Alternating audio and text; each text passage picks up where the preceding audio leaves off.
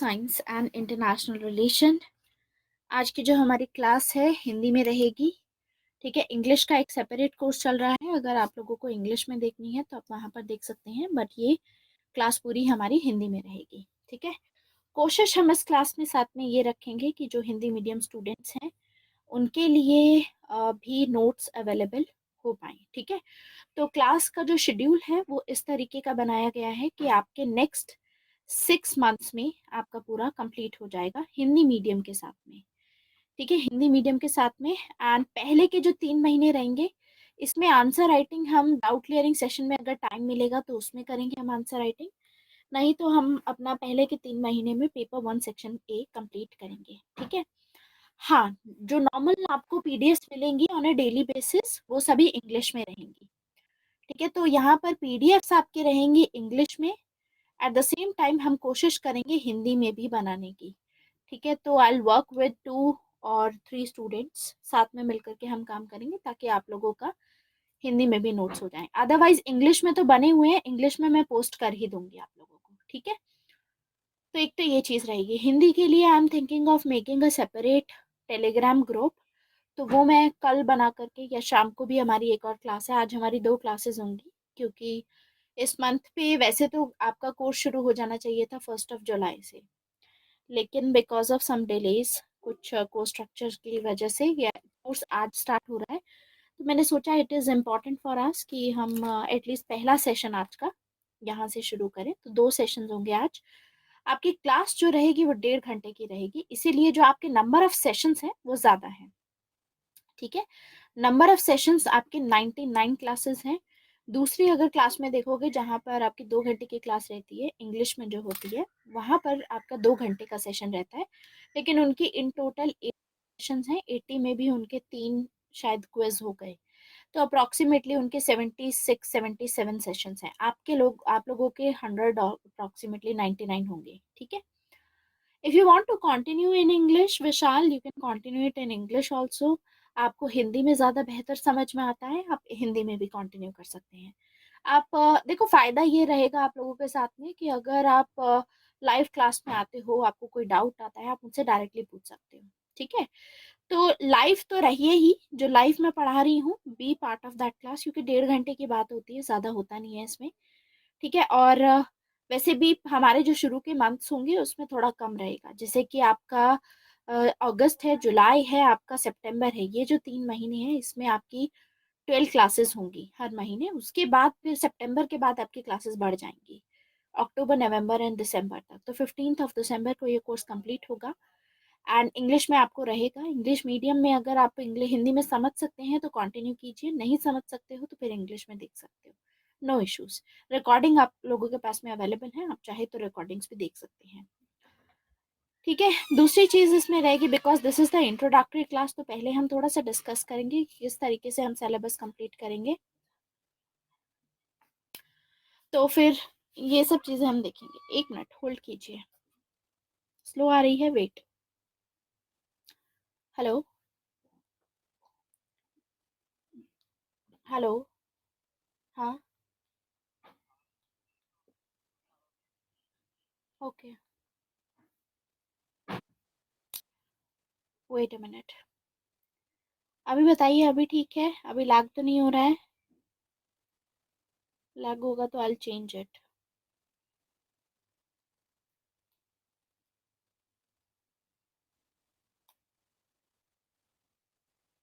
Okay, wait, give me 2 minutes. कल परसों से ये प्रॉब्लम नहीं रहेगी, आज ही थोड़ा सा हो रहा है आजकल, अदरवाइज बाद में नहीं होगी ये प्रॉब्लम।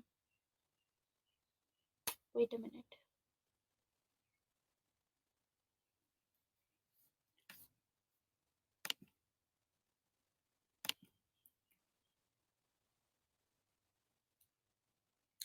हाँ जी, अभी बताइए, अभी वीडियो लैग हो रहा है?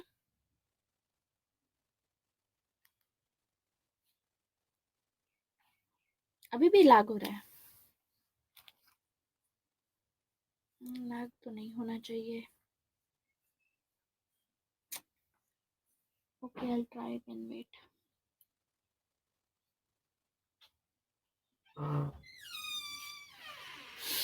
Wait a minute, let me refresh. Yes, अभी बताइए. अभी ठीक है.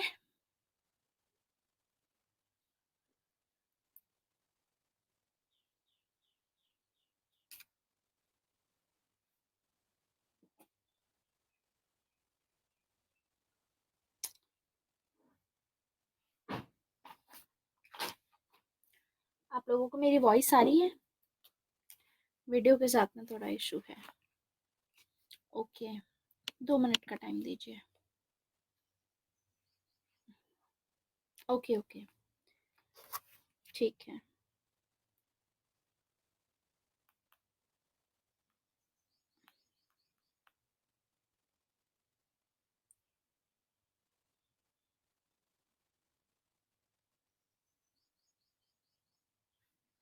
एक मिनट.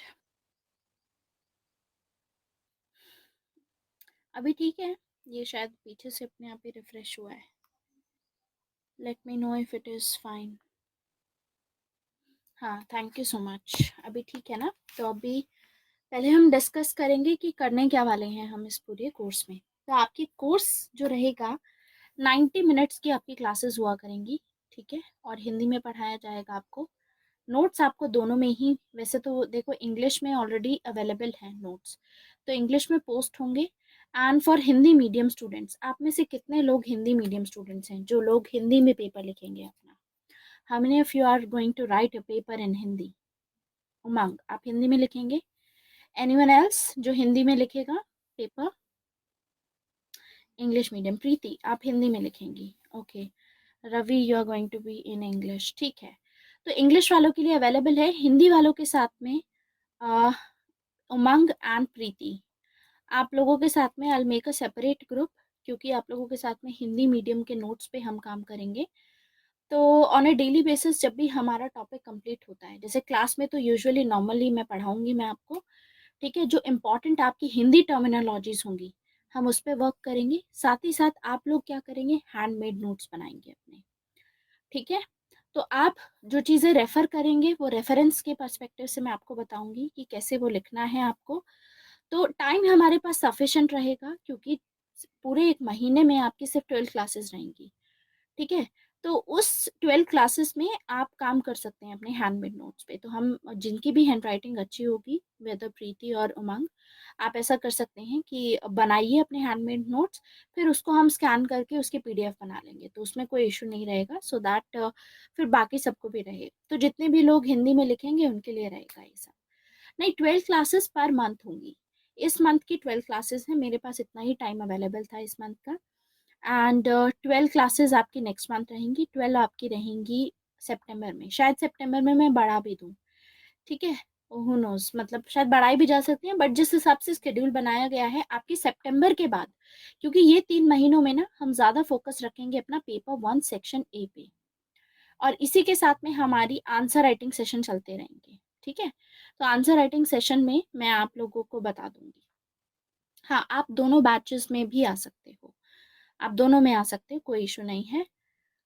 ठीक है. बाकी फिर आपका जो हिंदी मीडियम स्टूडेंट्स के लिए, क्योंकि थोड़ा टाइम चाहिए था, तो इसीलिए अक्टूबर, नवंबर और दिसंबर में ज़्यादा क्लासेस होंगी. ठीक है. आपने अभी तक एनसीईआरटीज की स्टार्ट भी नहीं की है. कौन सी क्लास के पॉलिटी एनसीईआरटी इम्पोर्टेंट है? देखो, एनसीईआरटीज पढ़ने में ज़्यादा टाइम नहीं लगेगा आप लोगों को. पहले तो अभी तो क्योंकि थॉरेटिकल पार्ट है, तो आई विल सजेस्ट यू, आप लोगों ने वैसे भी सब्सक्रिप्शन लिया हुआ है, तो पॉलिटी के लिए आप फॉलो कर सकते हैं, किसी भी टीचर को आप फॉलो कर सकते हैं. हिंदी में बैच चल रहा है पॉलिटी का, you can follow that if you want. NCERT मुझे नहीं लगता आपको पढ़ने की इतनी ज़रूरत है, डायरेक्टली आप शुरू कर सकते हैं. बाकी अगर एनसीईआरटी पढ़नी है, क्योंकि बिगिनर्स के लिए एनसीईआरटी बोली जाती है, अच्छी चीज़ होती है, लेकिन एक ही बारी वन टाइम करनी होती है, तो आप से वन टाइम कर सकते हो. ठीक है. हाँ, सी नोट्स काफ़ी रहेंगे. बुक हम देखेंगे उमंग, हिंदी मीडियम के लिए देखा जाएगा, लेकिन for English medium students, those who are going to write the paper in English, आप लोगों को कोई ज़रूरत नहीं है कोई भी बुक परचेज करने की. The only book that you are going to purchase is B L Fadia. That is the book that you have to purchase. And BL Fadia पे I am also making notes, मतलब making classes on BL Fadia chapter wise on my free platform. ठीक है, हिंदी में भी available है, English में भी available है, तो दोनों में ही आप फॉलो कर सकती हैं। मतलब हिंदी में पढ़ाया हुआ है, ऑब्वियसली हिंदी में लिखा नहीं हुआ है। आंसर राइटिंग भी होगा नमन, इस केस में आंसर राइटिंग भी होगा, आंसर राइटिंग के सेशंस होंगे, आप लोग आंसर राइटिंग की क्लासेस अटेंड कर सकते हैं। अभी आंसर राइटिंग इंग्लिश वालों की चल रही है आप लोगों के, क्योंकि अभी कोर्स बिगिन हुआ है, तो आप लोगों की आंसर राइटिंग अभी नहीं स्टार्ट करूंगी मैं, आपकी नेक्स्ट मंथ स्टार्ट करूंगी, अगस्त में। क्योंकि अभी सिर्फ हमारे इस मंथ में जैसे हम शुरू करेंगे, प्लेटो कवर करना है हमें, एरिस्टोटल, मैकियावेली, शायद हॉब्स तक कवर होगा। ठीक है, तो इस मंथ तक ये चैप्टर्स हमारे कवर होंगे, तो उसके बाद हम आंसर राइटिंग, बाकी कभी डाउट क्लियरिंग सेशन आता है तो उसमें करेंगे। ठीक है, हाँ, कोई नोट्स की आपको ज़रूरत नहीं है, जस्ट स्टिक टू दिस। कोई एडिशनल मटेरियल जो दूंगी वो मैं खुद दूंगी, आपको कोई ज़रूरत नहीं है कोई भी और चीज़ को रेफर करने की। The only book that you have to read is BL Fadia, and उसमें भी सेलेक्टेड चैप्टर्स हैं जो आपको पढ़ने हैं। चैप्टर वाइज मैंने वैसे भी समरी बना ही रही हूँ मैं, तो आप वो चैप्टर्स वहाँ से पढ़, आप सुन सकते हैं, उसके बाद if you want you can read it also. Otherwise कोई मतलब ज़रूरत भी नहीं है आपको कि सारे चैप्टर्स पढ़ने हैं, तो मैं चैप्टर्स वहाँ पर बताऊंगी सीरीज में कि ये चैप्टर आपका रहेगा, ये चैप्टर पढ़ना इंपॉर्टेंट है, वो चैप्टर आप फॉलो करेंगे। ठीक है, आ, हिंदी वालों को भी नहीं, कोई नहीं लेनी। हाँ, हिंदी वालों को Umang will talk about it, Hindi के लिए थोड़ा अलग रहेगा, क्योंकि हिंदी के लिए अभी तक नोट्स वैसे वाले बने नहीं हैं, तो हो सकता है हमें हिंदी की टर्मिनोलॉजीज और ये सब पे काम करने के लिए अलग से इस पे, मतलब हिंदी के लिए कोई बुक शायद फॉलो करें। इंग्लिश वालों को कोई बुक करने की जरूरत नहीं है। आ, आ, टेलीग्राम पे क्या चीज़ बोल रहे हैं आप? अच्छा, BL फाडिया के selected chapters, can I post it on Telegram? I can do that. ठीक है, आई डू दैट, मैं स्कैन करके, आप BL फाडिया भी मत खरीद दीजिए। ठीक है, कोई ज़रूरत नहीं है। एंड ग्लोबलाइजेशन एंड पॉलिटिक्स, देखो मैं इसलिए बोल रही हूँ कोई बुक परचेज करने की ज़रूरत नहीं है, बिकॉज सारी बुक्स PDF में ऑलरेडी अवेलेबल हैं, उसमें भी हमें सेलेक्टेड पढ़ना होता है। तो हमारी प्रायोरिटी क्या रहेगी पढ़ाई की? हमारी प्रायोरिटी सबसे पहले रहेगी, हाँ सिलेबस, अभिजीत आप हिंदी में लिख रहे हैं, इंग्लिश में लिख रहे हैं? ठीक है, इंग्लिश के लिए पूरा सिलेबस उसमें हम कवर करेंगे। ठीक है, सिलेबस कवर कैसे करेंगे वो मैं अभी आपको थोड़ी देर में बताऊंगी, लेकिन फुल 100% सिलेबस कंप्लीट होगा, along with previous year questions, along with answer writing practice, और इसमें आपका टेस्ट भी रहेगा। जैसे कि हमने मान लीजिए एक टॉपिक कंप्लीट किया, वेस्टर्न पॉलिटिकल थॉट पूरा कंप्लीट किया, तो उसके बाद में I take a test. Test आपका लाइव क्लास में होगा, आप लोग आंसर्स लिखेंगे, अपने आंसर सबमिट करेंगे, वो आंसर चेक होंगे, आपको मार्क्स मिलेंगे, इवैल्यूएशन होगा, क्या चीज़ मिसिंग है सब कुछ बताया जाएगा। ठीक है, तो हमारा यानी कंप्लीट PSIR इसमें रहेगा। इसीलिए आपका हिंदी वाला जो कोर्स है 6 मंथ्स तक चल रहा है, एंड पहले इंग्लिश आपका स्टार्ट हो चुका है। तो जो लोग अभी इंग्लिश में कंटिन्यू करना चाहते हैं वो लोग रिकॉर्डिंग्स देख सकते हैं, लेकिन आपको फिर आंसर राइटिंग अवेलेबल नहीं होगी। क्यों? क्योंकि जून के मंथ में मैंने ऑलरेडी 10 सेशंस लिए हैं आंसर राइटिंग के, और हमने वहाँ पर प्लेटो से लेकर के ऑलमोस्ट जॉन स्टुअर्ट मिल तक सभी टॉपिक्स के सारे जितने भी क्वेश्चन पॉसिबल थे हमने अटेम्प्ट किए हैं। जितने पॉसिबल क्वेश्चंस थे, जितने प्रीवियस ईयर में आए हैं, वो सभी हमने अटेम्प्ट करके we have discussed it thoroughly. तो वहां पर आप अगर आपने अच्छा उस टाइम पे सेव कर लिया था, आपने एनरोल उस टाइम पे कर लिया था, तो फिर आप एक्सेस कर सकते हैं। लेकिन जिन लोगों ने अभी रिसेंटली एनरोल किया है, अभी सब्सक्रिप्शन लिया है, या जिन लोगों ने पहले वो चीज़ सेव नहीं करके रखी, उन लोगों को फिर वो लेसन्स, वो वाले जो लेक्चर्स हैं वो अवेलेबल नहीं होंगे। उसमें क्वेश्चंस दिए गए थे, उसमें आंसर्स भी डिस्कस किए गए थे, उसमें बताया गया था कि एक आंसर को कैसे लिखना है। तो अगर आपके पास है तो आप फॉलो कर सकते हैं इफ़ यू वांट, लेकिन जिन लोगों के पास नहीं है उनके लिए इसीलिए फ़ायदा ये रहेगा, आप इस बैच के साथ कंटिन्यू कर सकते हैं। ठीक है, बाकी अगर आपकी प्रेफरेंस है कि आप इंग्लिश में ही पढ़ना चाहते हैं बिकॉज यू थिंक दैट इससे आपका ज़्यादा आपको रिटेंशन होगी, आप ज़्यादा अच्छा लिख पाएंगे आंसर, तो वो आप वैसे भी जा सकते हैं, कोई इशू नहीं है। बट इन माई ओपिनियन आप बस पहले कॉन्सेप्ट को समझिए अच्छे से। ठीक है, और हिंदी में अगर आपको लैंग्वेज प्रॉब्लम नहीं है तो आप हिंदी में कॉन्सेप्ट समझिए, उसके बाद आप रिविजन करोगे, या आप एक बार रिविजन के टाइम पे आप इंग्लिश देख सकते हो इफ़ यू वांट, लेकिन आपको समझने में इस पे ज़्यादा जोर दीजिए अभी। हाँ, पॉलिटिकल साइंस ये 100% कंप्लीट हो जाएगा, ठीक है, ये आपका 100% कंप्लीट होगा। Let me discuss it how. देखो, पेपर हमारा ऐसे है, पेपर 1 एंड पेपर 2। तो हम सबसे पहले पेपर 1 से स्टार्ट करेंगे, वेस्टर्न पॉलिटिकल थॉट से स्टार्ट करेंगे। पेपर 1 में भी 2 सेक्शंस हैं आपके, ए एंड बी। तो सभी सेक्शंस पूरे कवर होंगे। इससे पहले अभी क्योंकि इतना टाइम लिया गया है एक एक चीज़ पे, नंबर ऑफ सेशंस बहुत ज़्यादा है, तो हम थॉरली काम करेंगे इस पे। तो पहले सेक्शन ए कंप्लीट करेंगे। सेक्शन ए का पूरा थियोरेटिकल पार्ट कंप्लीट होगा, एंड साथ ही साथ आंसर राइटिंग चलती रहेगी। यहाँ पर प्रीवियस ईयर क्वेश्चंस भी हम साथ साथ करते रहेंगे, ठीक है, और रिवीजन आपकी साथ साथ चलेगी। आपके पास में रिवीजन का टाइम बहुत होगा। तो यहाँ से हमारी ये स्ट्रैटेजी रहेगी कि 150 मार्क्स का जो पेपर है हम यहाँ से अटेम्प्ट करें यूपीएससी में, एंड 150 मार्क्स का इधर से। आप लोगों को पैटर्न पता है पेपर का। पीएसआईआर का पेपर आता है 250 मार्क्स का, पेपर 1 होता है 250 मार्क्स का, पेपर नंबर 2 होता है, और इसमें 2 सेक्शन होते हैं। आपके पास चॉइस होती है कि किसी भी एक सेक्शन में से आप 150 नंबर का पेपर अटेम्प्ट कर सकते हैं, यानी चॉइसेस रहती हैं। तो हमारे पास देखो, ये जो हमारा पार्ट है पेपर सेक्शन ए, दोनों ही साइड का, this is section A and this is section A, ये दोनों ही स्टैटिक पार्ट है, और ये थोड़ा सा डायनेमिक हो जाता है। थोड़ा डायनेमिक, ज्यादा डायनेमिक नहीं, थोड़ा डायनेमिक होता है। तो ये स्टैटिक पार्ट है, यानी 150 इज लाइक 300 मार्क्स। 300 का मतलब है ऑलमोस्ट आपका 65% से लेकर के 70% तक का जो पेपर है। Let me repeat it again. ये स्टैटिक पार्ट है आपका। Paper 1 section A and paper 2 section A is static, यानी यहाँ 150 मार्क्स आप अटेम्प्ट कर सकते हो, यहाँ पे भी 150 मार्क्स आप अटेम्प्ट कर सकते हो इजीली, और स्कोर करना बहुत आसान रहता है यहाँ पे। क्यों? क्योंकि कंसाइज सिलेबस है। जो चीज़ स्टैटिक होती है, मतलब एज इट इज़ वो चीज़ आपके पास में रखी हुई है, आपको बस पढ़नी है, समझनी है, रिवाइज करना है, और एज इट इज़ पेपर में लिख के आना है। तो वो लिख करके आओगे तो आपके इसमें मार्क्स ज़्यादा रहेंगे, ठीक है।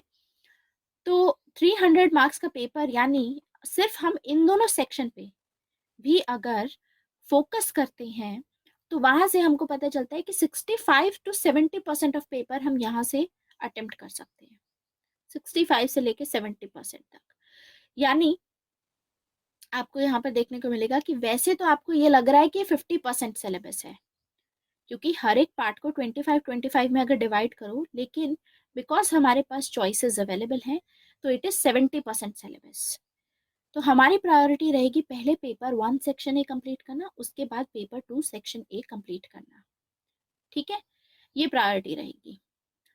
दूसरी चीज़ ये है कि यहाँ से आप 300 में से कितने ला सकते हो, अगर आप अच्छे से रिवाइज करते हो for the next few months. अब क्योंकि आप लोगों का 6 महीने तक सिलेबस चल रहा है, तो आपके पास में बहुत टाइम होगा, आप बाकी सब सब्जेक्ट्स को भी अपना टाइम दे सकते हैं। जैसे कि जो इंग्लिश बैच अभी चल रहा है, उसमें I have asked those people, those students, कि उन लोगों को सिर्फ पीएसआईआर पे कुछ महीनों के लिए फोकस करना है, क्योंकि उनका सिलेबस बहुत जल्दी चल रहा है इस वजह से। और साथ ही साथ फिर उनको मैंने ये भी बोला है कि आप ये सब्जेक्ट फॉलो कर सकते हो। तो ये सेम चीज़ आप पे भी लागू होगी, आप दूसरे सब्जेक्ट्स अपने साथ में फॉलो कर सकते हो। कौन से सब्जेक्ट?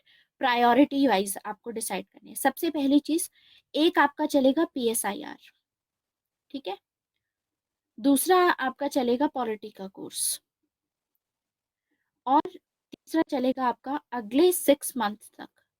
अगर आपको बहुत सीरियसली प्रिपरेशन करनी है इसकी, नेक्स्ट ईयर आप अटेम्प्ट कर रहे हो या 2021 में भी अटेम्प्ट कर रहे हो, तो भी आई am telling you, current affairs.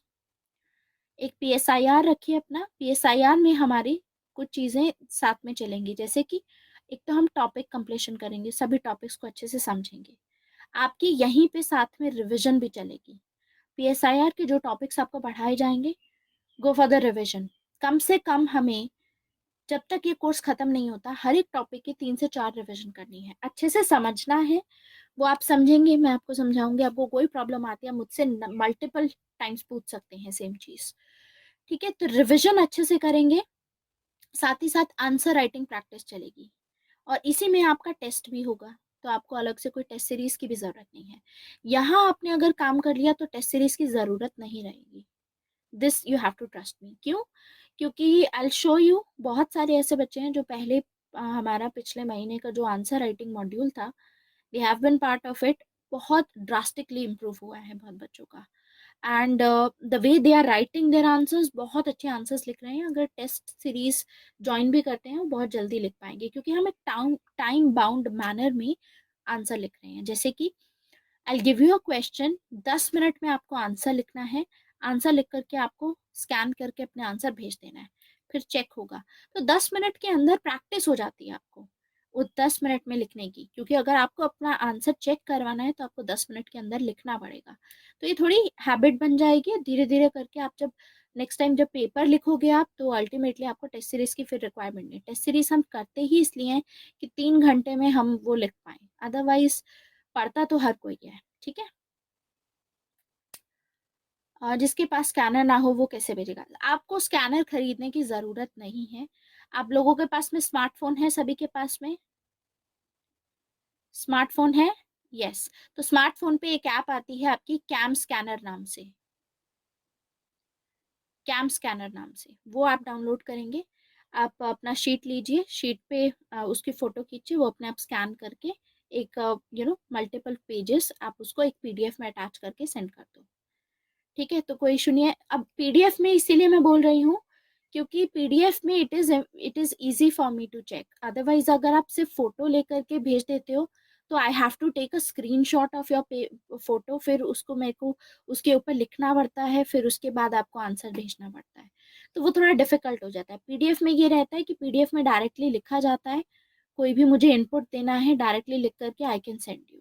ठीक है? तो वो थोड़ा, CamScanner is not that difficult, आपको आ जाएगा एक दो बारी में, किसी को प्रॉब्लम है भी तो। दूसरा ये है कि प्रीवियस ईयर क्वेश्चंस हम यहाँ पर करेंगे। प्रीवियस ईयर क्वेश्चंस में आप देखो 2000 पहली हमारी प्रायोरिटी रहेगी। हाँ, ग्रुप में भेजेंगे, टेलीग्राम ग्रुप में। 2013 से लेकर के 2018 तक के जितने क्वेश्चंस हैं हमारे पीएसआईआर में आए हैं, प्रीवियस ईयर पेपर्स, वो सारे कंप्लीट करेंगे, सेक्शन वाइज कंप्लीट करेंगे। और यानी जब हमारा सेक्शन ए कंप्लीट होगा, जैसे ही हमारा ये पूरा 25% of the syllabus, which is not actually 25, it is 35% of the syllabus. It is 35%, क्योंकि दूसरे में से तो आपको सिर्फ 100 मार्क्स का अटेम्प्ट करना है, दैट्स वाई। तो यानी जब हमारा 35% ऑफ द सिलेबस कंप्लीट होता है, उसके बाद हम शुरू करेंगे अपना सेक्शन ए से।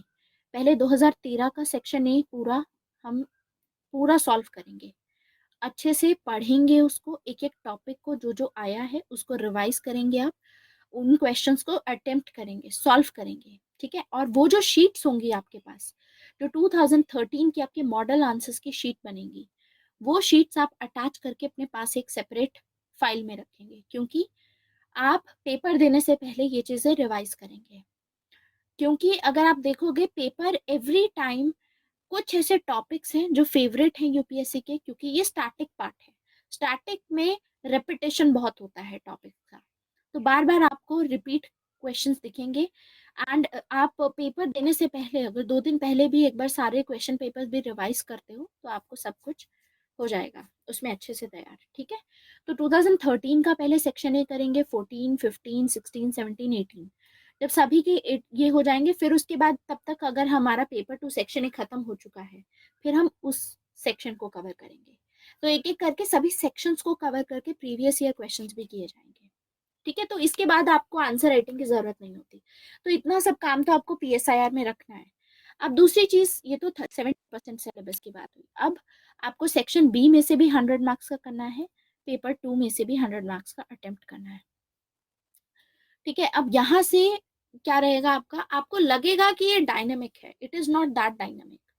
यहाँ पे 90% जो आपको पढ़ने को मिलता है, 90% of the things are now static. जैसे कि पिछले 1 साल में इंडिया एंड यूएसए के बीच में अभी तक जो भी रिलेशंस रहे हैं या जितना भी कुछ रहा है, वो सब डायनेमिक पार्ट नहीं है, अब वो सभी स्टैटिक पार्ट है। डायनेमिक वो होता है जो अभी के टाइम पे जितनी भी अपडेट्स आ रही होंगी, तो वो पार्ट सिर्फ 10% होता है, वो ज्यादा नहीं होता। तो यानी ये जो भी पार्ट्स देख रहे हैं आप दोनों, ये 90% स्टैटिक है, इसमें 10% डायनेमिज्म है, यानी कोई नई चीज आएगी, कोई नया ओपिनियन आएगा तो वो ओपिनियन हमको लिख लेना है, या कोई भी नई प्रोजेक्ट या इनिशिएटिव हुआ, थोड़ा सा वो डायनेमिक में चला गया, अदरवाइज ये भी स्टैटिक है। तो इसमें भी हम कवर पूरा करेंगे, ऐसा नहीं है कि सिर्फ 100 मार्क्स का अटेम्प्ट करना है तो हम सिर्फ उसी हिसाब से कुछ कुछ टॉपिक्स पढ़ लिया, नहीं, विल कंप्लीट द 100% सिलेबस, ताकि आपको ये चीजें फायदा भी करें दूसरे सब्जेक्ट्स में, जैसे जनरल स्टडीज पेपर नंबर 2 में। ठीक है, तो इसके लिए जो आपका इंटरनेशनल रिलेशन का पार्ट रहेगा, इंटरनेशनल रिलेशन के लिए अलग से कोर्स भी आएगा, जब आपका इंटरनेशनल रिलेशन पढ़ाया जाएगा। जब हम इस सेक्शन पे होंगे तो उस टाइम पे आई will be coming up with the new course, course रहेगा आपका इंटरनेशनल रिलेशन का अलग से। तो उस कोर्स में हम क्या क्या करेंगे, सारे बेसिक्स कवर करेंगे कि इंडिया और चाइना के बीच में क्या रिलेशंस हैं, हिस्ट्री क्या रही है चाइना की, मतलब चाइना में सिविल वॉर हुआ, उसके बाद चाइना में कम्युनिस्ट पार्टी आई, कम्युनिस्ट पार्टी में जो रूल कर रहे थे उनकी क्या मतलब परसेप्शन थी कि चाइना को कैसे चलाया जाए, यानी उनका एक्सपेंशनिस्ट फॉरेन पॉलिसी, क्या पॉलिसीज उन्होंने फॉलो की, ये सभी चीजें हम देखेंगे वहां पर। फिर उसका जो इम्प्लीमेंटेशन पार्ट होगा, वो इम्प्लीमेंटेशन पार्ट हमारा PSIR में हम इन लेक्चर्स में कवर करेंगे, क्योंकि यहाँ पर आपको ओपिनियन मैटर करेगा। जैसे सी राजा मोहन के अकॉर्डिंग क्या करना चाहिए इंडिया को, क्या सिचुएशंस हैं इंडिया के सामने, क्या चैलेंजेस हैं, चाइना के साथ में हमको कैसे डील करना चाहिए। ठीक है, ये सभी चीजें, ये जो एनालिसिस पार्ट होगा, इसका जो इम्प्लीमेंटेशन पार्ट होगा, ये आपका यहाँ कवर होगा। ऐसे ही सेम चीज हमारी दूसरे अपना जो BL Fadia I am teaching, तो BL फाडिया से आप कर सकते हैं। Eight the same time I will want you कि इस मंथ आप अपना साथ में पॉलिटी स्टार्ट कर दीजिए। अभी फिलहाल के लिए पॉलिटी अगर नहीं शुरू करना चाहते हैं तो I recommend you to start world history. वैसे भी मेंस का सीजन चल रहा है तो दैट इज बेटर। तो आप क्या करेंगे, वर्ल्ड हिस्ट्री स्टार्ट करेंगे। वर्ल्ड हिस्ट्री कोई हिंदी में पढ़ा रहा है, हिंदी या इंग्लिश दोनों ही आप फॉलो कर सकते हैं if you want. World history I think Charu Modi is teaching world history, आप तो एनरोल करना है आपको। सुनील सर, अच्छा। हाँ, तो बहुत सारे ऐसे टीचर्स हैं जो वर्ल्ड हिस्ट्री पढ़ा रहे हैं, आप उनसे वर्ल्ड हिस्ट्री साथ साथ अपना कंप्लीट कर लीजिए। क्यों? क्योंकि मैक्सिमम 10 से 15 लेसन या शायद 20 लेसन होंगे, सिर्फ इतने ही होंगे और आप इतने में कवर कर सकते हो अपनी वर्ल्ड हिस्ट्री। तो हाँ, Aarti is also teaching world history, right. Economy start हो गया है, अभी रुको, I am coming on that. Dynamic portion कैसे होगा, dynamic portion I am going to teach you that. Dynamic portion of देखो, international relation for general studies paper number 2 and for PSIR, आपको इसकी टेंशन लेने की जरूरत नहीं है, I will be taking that up. ठीक है, दूसरा फॉर सेक्शन B ऑल्सो, यहाँ पर ये भी मैं ही पढ़ाऊंगी, आपको बस साथ में थोड़ा पॉलिटी पढ़ना है। ठीक है, हाँ, तो आप प्लीज सुनील सर से पढ़ सकते हैं, he is teaching world history. कितने लेसन हैं इन टोटल, कितने लेसन में उनका कोर्स कंप्लीट होगा? 30 लेसन है। और कितने पढ़ा चुके हैं वो अभी तक? 1 मंथ का कोर्स है उनका, 26 पढ़ा चुके हैं। हाँ, फिर ये सही है, अगर 26 पढ़ा चुके हैं ना, 1 घंटे की क्लास है, 1.5 घंटे की क्लास है, 2 घंटे की क्लास है। ओके, तो अगर ऐसा है तो यानी वो कॉम्प्रिहेंसिवली पढ़ा रहे हैं वर्ल्ड हिस्ट्री, हाँ, तो फिर पढ़िए उनसे प्लीज। ओके ओके, तो उनसे पढ़ लीजिए आप। ठीक है, इनसे 26 लेसन ऑलरेडी हो चुके हैं, तो इससे पहले कि ये खत्म हो जाए आप एनरोल करके सारी रिकॉर्डिंग्स देख डालो। मतलब इस मंथ तो कंप्लीट कर ही सकते हो आप, एक बार एनरोल कर लो बस, उसके बाद आप कभी भी देख सकते हो उसको लेटर ऑन। क्योंकि इस मंथ हमारी जो PSIR की क्लासेस होंगी सिर्फ 12 क्लासेस होंगी, उसी में आप रिविजन करोगे। ठीक है, उसी में कॉन्सेप्ट्स को समझोगे, सिर्फ स्टार्ट होगा सब कुछ, तो साथ में आपके पास वर्ल्ड हिस्ट्री चल जाएगा आपका। तो वर्ल्ड हिस्ट्री की सभी रिकॉर्डिंग्स आप देख सकते हो, अच्छे से रिवाइज कर लो वर्ल्ड हिस्ट्री को। उसके बाद फिर वर्ल्ड हिस्ट्री के बाद आप पॉलिटी स्टार्ट कर सकते हो, basic polity I am telling you. क्योंकि जो एनालिटिकल पॉलिटी है वो हम कवर करेंगे PSIR में, और जो एनालिटिकल पॉलिटी हम कवर करेंगे वो आपको जनरल स्टडीज पेपर नंबर 2 में ज्यादा फायदा करेगी। ठीक है, लेकिन इसका मतलब ये नहीं है कि बेसिक पॉलिटी नहीं करनी है, बेसिक पॉलिटी मैं नहीं पढ़ाऊंगी, बिकॉज बेसिक पॉलिटी का मतलब है I have to teach you polity from scratch, और मैं वो नहीं कर सकती बिकॉज फिर उसमें बहुत टाइम लगता है, क्योंकि पॉलिटी को पढ़ाने में ही ऑलमोस्ट 2 महीने तो लगेंगे अच्छे से पढ़ाने में, with every act and everything, ठीक है। तो वैसे नहीं करते हैं। हाँ, Jatin is teaching and in fact Mudit is also teaching. Mudit is teaching in English. Jatin is teaching in Hindi or English. हाँ, 77 क्लासेस फॉर पॉलिटी। हाँ, अच्छे से बेयर एक्ट कॉन्स्टिट्यूशन करके दोनों भी पढ़ा रहे हैं इंग्लिश में, तो दोनों में से किसी को भी फॉलो कर सकते हैं इफ़ यू वांट। ठीक है, अच्छे से समझिए उसको, पॉलिटी आप साथ में रख लो। तो आपके पास में, लेकिन ऐसा नहीं करना है कि वर्ल्ड हिस्ट्री भी करो पॉलिटी भी साथ साथ करो। आपको फॉर्मूला ये वाला फॉलो करना है कि आपको PSIR अपना साथ में रखना है फॉर द नेक्स्ट 6 मंथ्स, एक करंट अफेयर साथ में रखना है।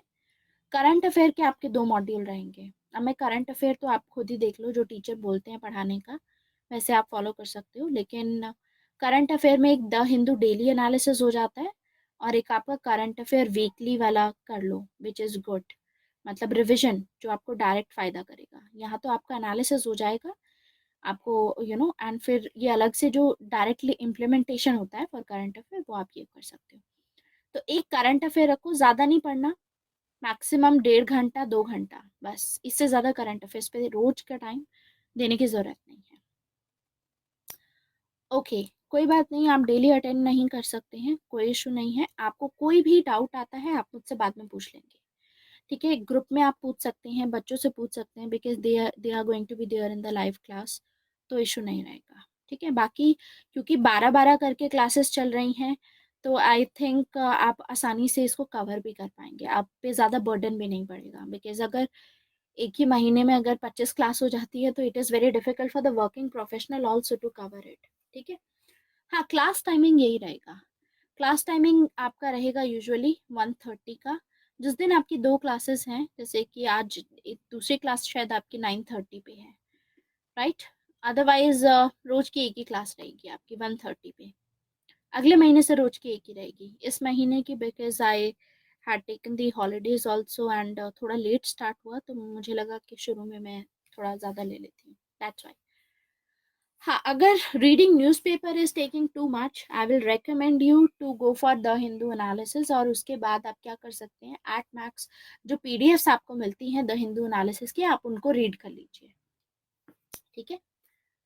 ओके, हाँ, तो आज 9 o'clock है। हाँ, 9 o'clock will be the class, जो सेकंड क्लास होगी आज की, जिसमें हम प्लेटो स्टार्ट करेंगे, वो 9 o'clock रहेगी, ठीक है। एंड साथ में आप अपना एक सब्जेक्ट लेकर के चलिए, और सब्जेक्ट कौन से होने चाहिए वो आप अपनी चॉइस का सब्जेक्ट चूज कर सकते हो, लेकिन मैं आपको लिस्ट ऑफ सब्जेक्ट्स दे रही हूँ जो आपकी प्रायोरिटी होनी चाहिए।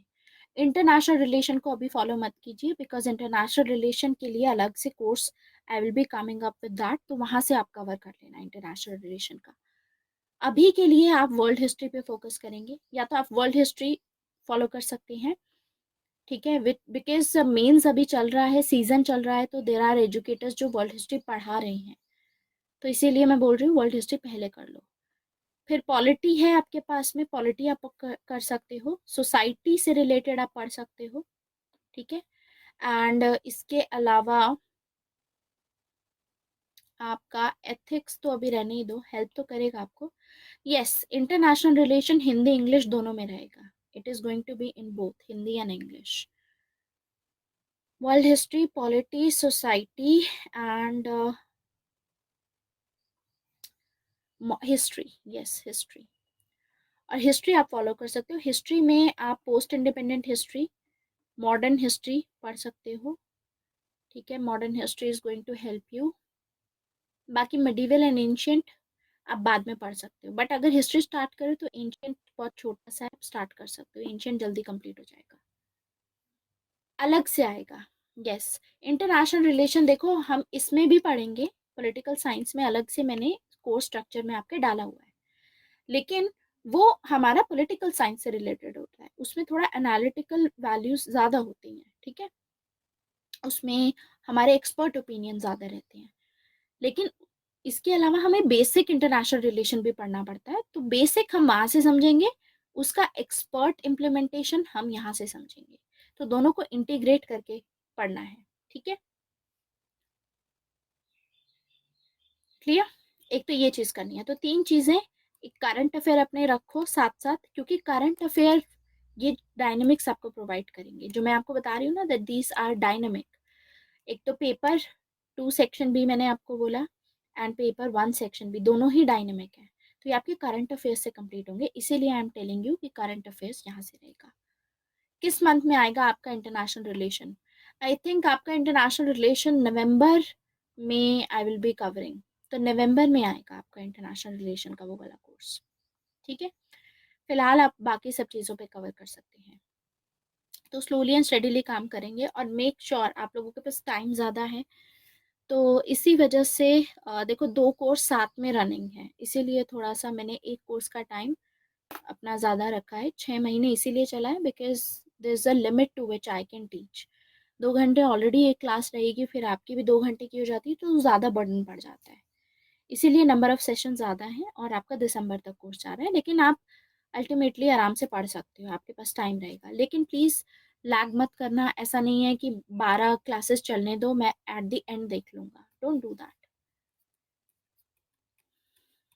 लाइव रहना बहुत ज़रूरी है पॉलिटिकल साइंस के लिए, क्योंकि समझना बहुत ज़रूरी है इस टॉपिक को।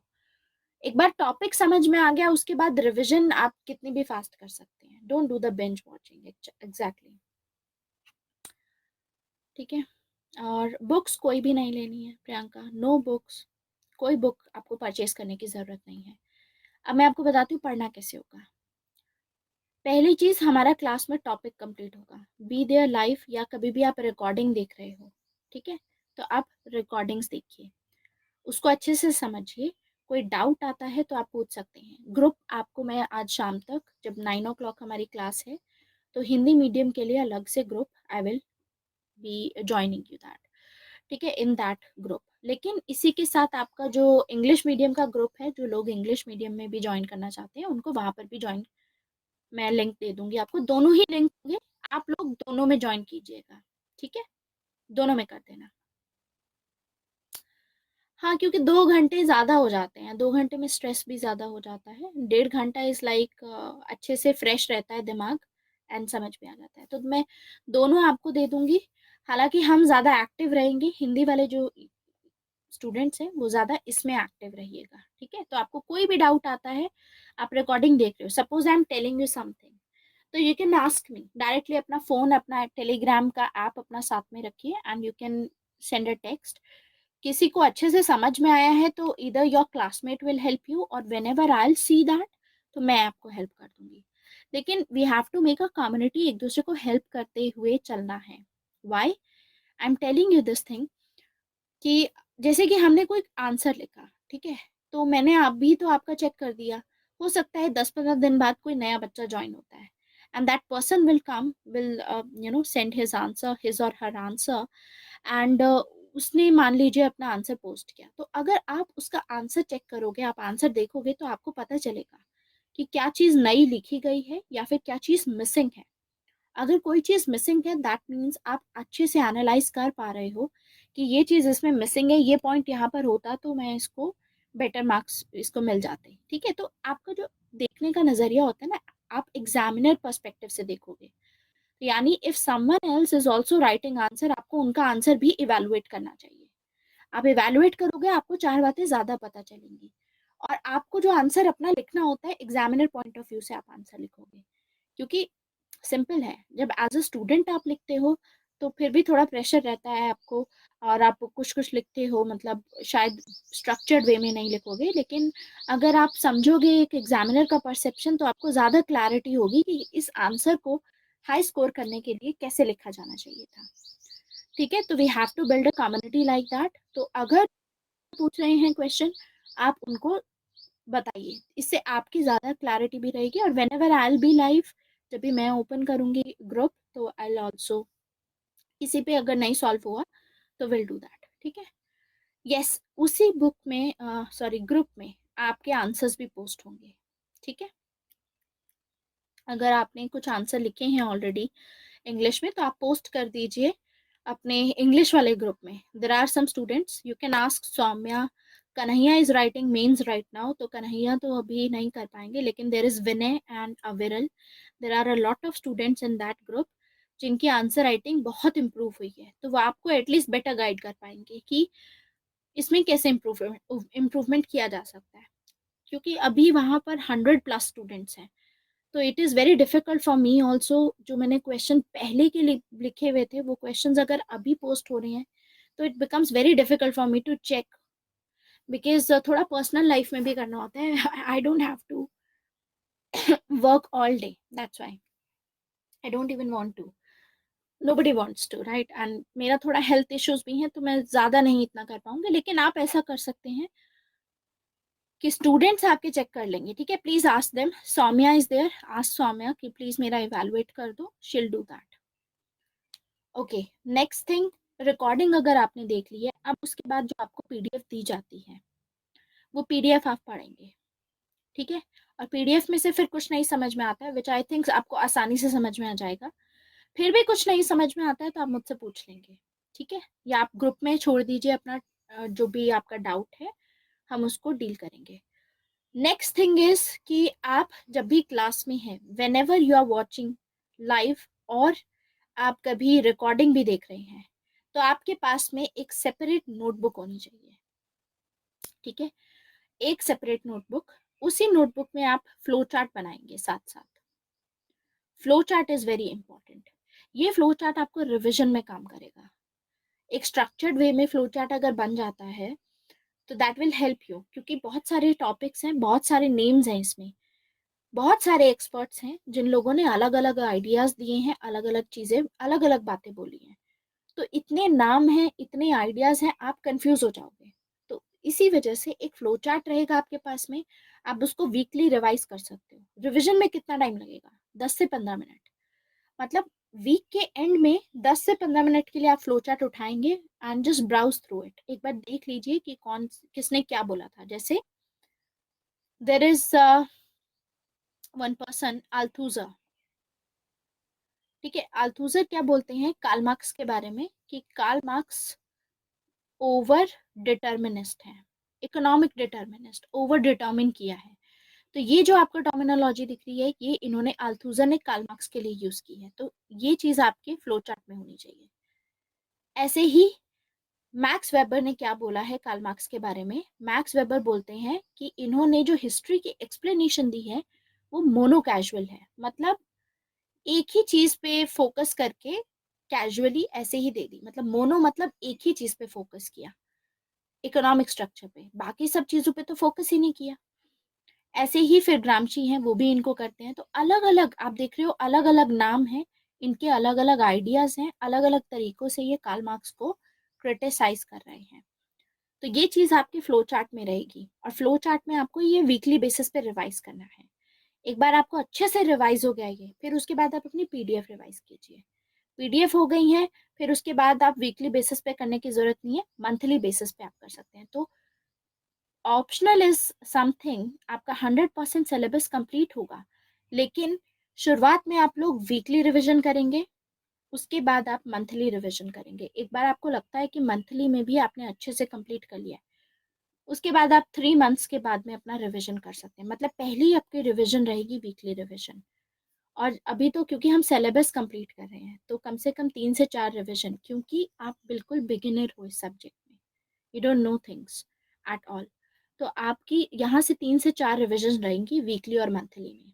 उसके बाद 3 मंथ्स के बाद में, जब भी आपका मान लीजिए दिसंबर में कंप्लीट होता है, सिलेबस पूरा कंप्लीट हो चुका है दिसंबर तक, और दिसंबर तक आते आते पेपर 1 सेक्शन ने हमने काफ़ी टाइम से टच नहीं किया हुआ, तो आप क्या करेंगे? जैसे ही 3 मंथ हो जाते हैं पेपर 1 सेक्शन ए को टच किए हुए, तो फिर आप एक बार पेपर 1 सेक्शन ए पूरा रिवाइज कर लो। Give yourself like 4 days maximum.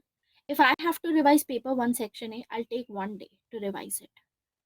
आप क्योंकि बिगिनर हैं, तो आप 4 दिन लीजिए, 5 दिन लीजिए, या एक हफ्ता लीजिए एक सेक्शन को रिवाइज करने में। मुझे करना है because I have revised it so many times. This is the 7th batch, and इससे पहले भी आई have done multiple revisions, 5 revision already. तो मेरी कितने रिविजन हुई? 12 रिविजन्स। तो अगर मुझे एक सेक्शन रिवाइज करना है तो एक दिन लगेगा, because everything is there in my mind, right? तो यही चीज, यही सिचुएशन आपके साथ होनी चाहिए। यही स्टेज पे आपको पेपर से, मेन से पहले आना है। बिकॉज अगर हर चीज़ आपके माइंड में रहेगी तो आप आंसर भी बहुत जल्दी लिख पाओगे, और फिर आंसर राइटिंग प्रैक्टिस जब हम शुरू करेंगे तो वहाँ पर आपके जितने भी आइडियाज़ होंगे वो अच्छे से आएंगे। दूसरी चीज़ ये है कि आंसर राइटिंग शुरू करेंगे तो जो आइडियाज़ हम पढ़ के आए हैं, जिनको हमने अच्छे से समझा है, तो कुछ आइडियाज़ ऐसे हैं जो हम डिटेल में समझते हैं for the purpose of understanding, लेकिन आंसर में उसको उतना डिटेल में नहीं लिखना होता। आंसर में बहुत टेक्निकल टर्म्स लिखनी होती हैं, जैसे कि देर इज़ अ टर्म, आप लिख सकते हो कि सपोज दिस, एक टॉपिक हम पढ़ेंगे आगे, टॉपिक होगा हमारा प्लेटो का, ठीक है। तो प्लेटो में हमारा एक टॉपिक आता है कम्युनिज्म। कम्युनिज्म में हम दो तीन टर्म्स होती हैं हमारी, जैसे प्रॉपर्टी के बारे में बोलते हैं वो, कि प्रॉपर्टी जो हमारी क्लास होती है, गार्डियन क्लास होती है, जो रिच क्लास है, मतलब रूलिंग क्लास है, रूलिंग क्लास के केस में प्रॉपर्टी उनको अलाउड नहीं है, प्राइवेट प्रॉपर्टी। तो उस केस में एरिस्टोटल उनको क्रिटिसाइज करते हैं, और एरिस्टोटल कुछ टर्मिनोलॉजीज की बात करते हैं। तो वो लिखते हैं कि property is a source of motivation, it is a source of charity, it is a source of recognition. ये एज इट इज लिखना है आपको, एज इट इज लिखना है। तो कुछ टर्मिनोलॉजीज, कुछ टर्म्स होती हैं जो आपको एज इट इज यूज करनी होती हैं। जैसे कि एक थ्योरी ऑफ जस्टिस है, उसमें एक टर्म आती है फंक्शनल स्पेशलाइजेशन। कुछ लोग इसको एक्सप्लेन करके लिखते हैं, लेकिन उसको एक्सप्लेन करने से बेहतर है आप डायरेक्टली फंक्शनल स्पेशलाइजेशन वर्ड लिखिए, तो ज़्यादा इम्पैक्ट पड़ेगा, ज़्यादा मार्क्स मिलेंगे, ठीक है। और स्पेशली कम टाइम लगेगा आपका आंसर लिखने में, तो ऑब्वियसली आप ज़्यादा क्वेश्चंस अटेम्प्ट कर पाएंगे, एंड एट द एंड ज़्यादा मार्क्स आएंगे। मार्क्स कितने आते हैं पॉलिटिकल साइंस में? पॉलिटिकल साइंस में मार्क्स बहुत अच्छे आ जाते हैं, ठीक है। देखो, किसी भी सब्जेक्ट में चाहे आप देखो पॉलिटिकल साइंस के मार्क्स किसी भी सब्जेक्ट में, चाहे पॉलिटिकल साइंस रहे चाहे कोई भी हो, ठीक है, किसी भी सब्जेक्ट में देखोगे तो you will get to know कि अच्छे मार्क्स आ जाते हैं इसमें, ठीक है, बहुत अच्छे आ जाते हैं इनफैक्ट। जैसे कि in case of political science 300 plus बहुत आसानी से आ जाते हैं, अगर आप ज़्यादा फोकस करेंगे इस पे। जिस तरीके से मैं आपको बता रही हूँ, यूजुअली बच्चों के साथ प्रॉब्लम ये होती है कि आप जनरल स्टडीज़ पे ज़्यादा फोकस नहीं कर पाते। आप जनरल स्टडीज़ भी पढ़ते रहोगे, ऑप्शनल पे भी, उसमें भी आप आंसर राइटिंग करोगे, फिर आप करंट अफेयर्स करते हो, तो टाइम ज़्यादा दे नहीं पाते हैं ऑप्शनल को। तो ऑप्शनल पे लेकिन अगर आपने टाइम दिया है उतना जितना रिक्वायर्ड है, आंसर राइटिंग की है उतनी, तो आसानी से आपके 320 आ जाएंगे, ठीक है। 350 आ सकते हैं, देखो I score 358, but because of my health problems, I could not give I could not attend this interview because right after giving my 2017 means I was very sick, और उसके बाद से फिर मैंने नहीं किया attempt because of my health reasons। लेकिन आ सकते हैं because I have scored that much, और this is the technique that I have followed, this is the way that I remember things, each and everything। You keep on revising, you do what it takes to achieve that। In fact कितने सारे ऐसे हैं, I think there was one Kannada literature में थे, 400 marks थे शायद, 400 plus भी थे, ठीक है। हाँ, I have read books, I have read everything, ठीक है, इन दैट। और ऑप्शनल पे मैंने बहुत फोकस किया था अपने, ठीक है, because it was a very pretty serious attempt of mind, because उस टाइम तक मैं ठीक हो चुकी थी। With me the problem is with health actually. मेरा 2015 में हेल्थ प्रॉब्लम शुरू हुई थी, 2017 के बिगिनिंग तक मैं ठीक हो गई थी फाइनली। तो जब मैं ठीक हुई थी तो मैंने अपना फिर सीरियस अटेम्प्ट दिया, and that's when I have given my attempt. तो मैंने ऑप्शनल पे अपना बहुत फोकस रखा था, तो इस वजह से भी आई स्कोर्ड मोर।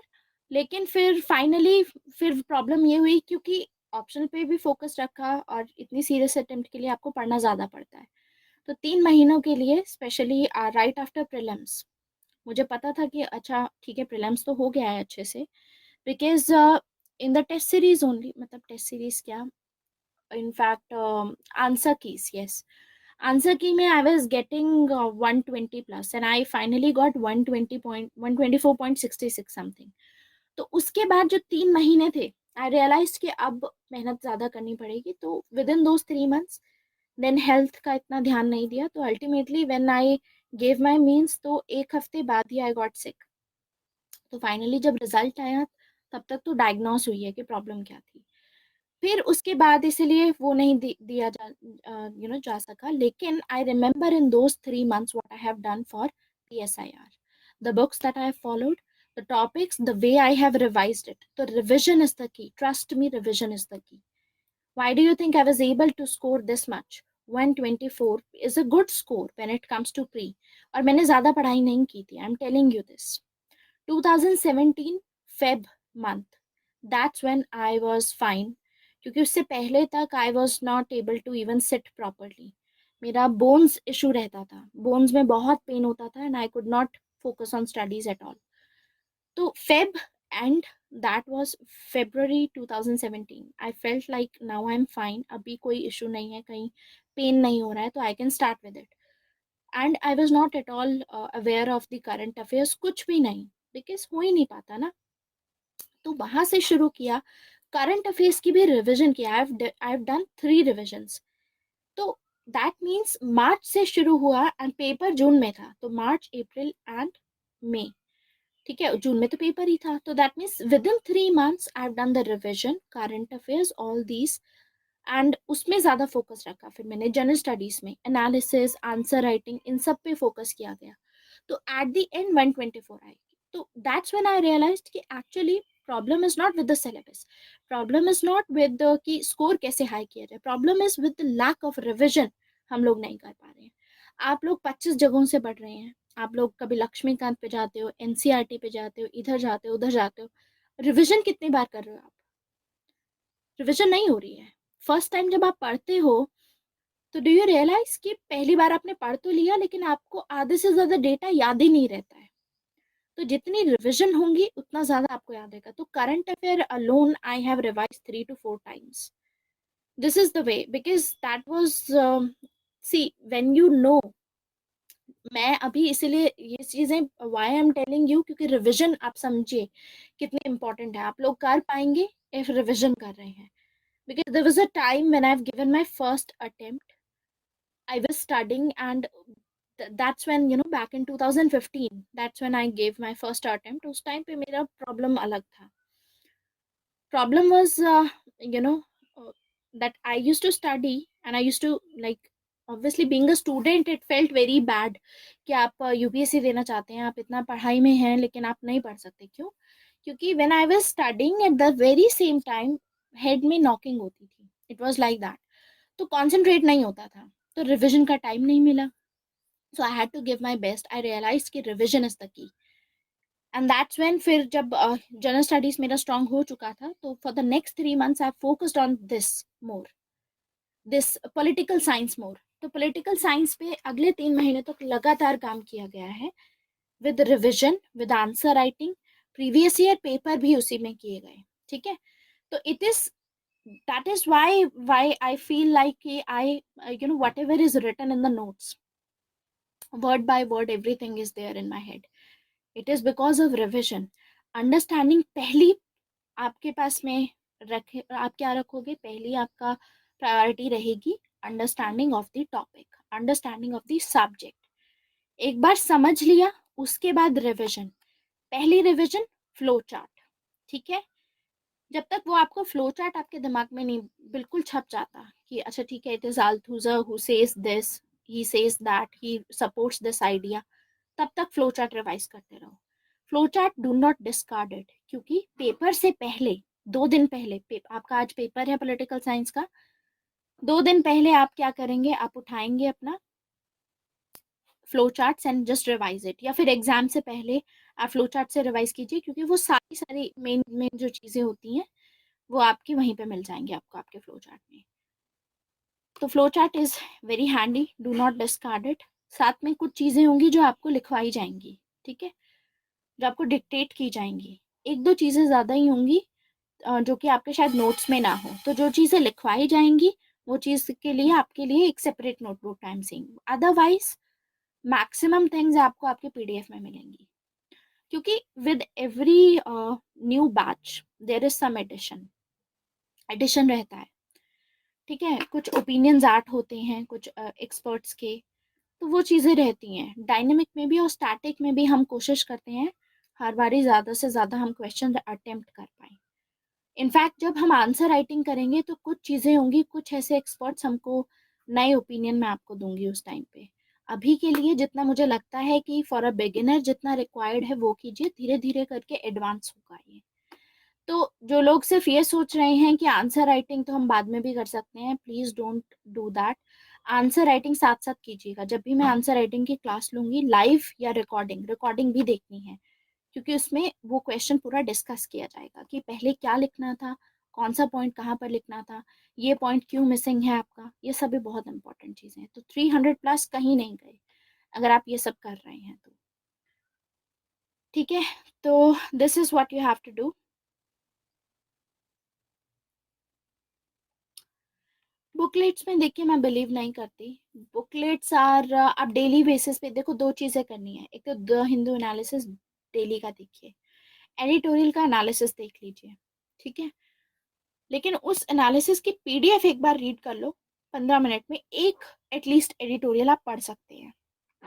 बिकॉज आपकी रीडिंग प्रैक्टिस होनी चाहिए। रीडिंग प्रैक्टिस जितनी आपकी रहेगी उतना बेहतर रहेगा आप लोगों के लिए, आपके सी सैट के पेपर के लिए भी। प्लस बहुत सारी पीडीएफ जो मैं आपको प्रोवाइड करूंगी, तो वो पीडीएफ भी आप पढ़ोगे तो उससे रीडिंग प्रैक्टिस हो ही जाएगी, ठीक है। तो पीडीएफ आपकी दो टाइप की पीडीएफ रहेंगी। एक पीडीएफ होगी इस टाइप की, ये जो आपको दिख रहा है, ठीक है। ये थोड़ी इंटरैक्टिव पीडीएफ है। ये है कि आपको क्लास में लेक्चर लिया जा रहा है तो थोड़ा ये रहता है आपका कि मतलब कनेक्टिविटी बनी रहती है, थोड़ा कलरफुल दिखता है तो इंटरेक्शन में होती है ज़्यादा। दूसरी पीडीएफ रहेगी आपकी जो आपके वर्ड फॉर्मेट में होती है, जैसे कॉपी में होती है आपकी नोट्स लिखे होते हैं, बिल्कुल वैसी, ठीक है। आ, वो भी आपकी रहेगी, ठीक है। पीडीएफ में आपका वर्ड वर्ड फाइल होती है जैसी, वैसी रहेगी। तो वो फाइल आपको तब मिलेगी जब हम एक टॉपिक कंप्लीट कर लेंगे। Suppose we started with Plato today, पहले मैं ये वाली पीडीएफ आपको दे दूंगी जितनी भी इंटरैक्टिव रहेगी। फिर उसके बाद जब हमारा टॉपिक कंप्लीट हो जाएगा, उसके बाद आप फिर उसको पढ़ना शुरू करेंगे, ठीक है। तो ये दो पीडीएफ रहेंगी। इसके अलावा ये कंप्लीट करते हैं जब आप, तो पहली चीज़ है रिकॉर्डिंग। पहले आप क्या करेंगे, रिकॉर्डिंग देखेंगे। रिकॉर्डिंग के बाद कोई डाउट आता है पूछेंगे, समझ लिया। फिर उसके बाद आप पीडीएफ डाउनलोड करेंगे और पीडीएफ रीड करेंगे। पीडीएफ रीड करेंगे, अपना फ्लो चार्ट जो आपका क्लास में जब भी आप आ रहे हो, एक पेन एंड पेपर लेकर के आप बैठोगे, या तो लूज शीट ले लो या एक सेपरेट कॉपी लगा लो, ठीक है। What ever you feel is good for you, वो आप कर सकते हो। तो आप फ्लो चार्ट से बनाएंगे, टॉपिक्स अपने लिखेंगे, ठीक है। लाइव क्लास के बाद फिर रिकॉर्डिंग देखना है। हाँ, रिकॉर्डिंग देखना है, अभी नहीं देखना, बाद में। जैसे मान लीजिए आपकी इस मंथ की 12 क्लासेस हैं, तो 12 क्लासेस आपकी 21 तक फिनिश हो जाएंगी, 21 जुलाई। उसके बाद आपके पास सीधा टाइम है, ठीक है आपके पास। तो 25 तक आप अपना सारा अपना पीडीएफ फिनिश कीजिए, जो जो टॉपिक्स आपको पढ़ाए गए हैं। उसके बाद लास्ट का जो आपके पास टाइम बचता है 4-5 दिन, उसमें आप सारे रिकॉर्डिंग्स पढ़ लीजिए, ठीक है। उसमें सारी रिकॉर्डिंग्स आप कर लीजिए रिवाइज अपनी। तो उसमें स्पीड बढ़ा सकते हो आप, 1.5x स्पीड रख सकते हो, 2x करके रिवाइज करते रहो। पहला 1.5x में रिवाइज करना है, क्योंकि अभी जो चीज़ें पढ़ाई जाएंगी आपको समझ सब कुछ आएगा, लेकिन रिटेंशन पावर ह्यूमन माइंड की कम होती है। तो आपको 100% पढ़ाया जा रहा है तो मैक्सिमम 50-60% याद रहेगा आपको। विद टाइम आपको शायद 40% याद रहे। तो आप इसकी जब रिविजन करोगे तो ये 40% आपका 55-60 बन जाएगा। सेकेंड रिविजन जब 2x पे करोगे तो ये शायद आपका 75-80% बन जाए। तो एटलीस्ट कितना भी बोर फील हो आपको, लेकिन आप आपको क्या करना है, कम से कम वीडियोस की भी कम से कम 3 से 4 रिविजन आप करोगे, ठीक है। क्योंकि जितना ज़्यादा सुनते हैं देखते हैं, बार बार वही चीज़ें दिमाग में एज इट इज छप जाती हैं, तो कहीं ना कहीं आपको फायदा ही मिलेगा इन सब चीज़ों का। Okay wait, let me turn on the AC, एक minute.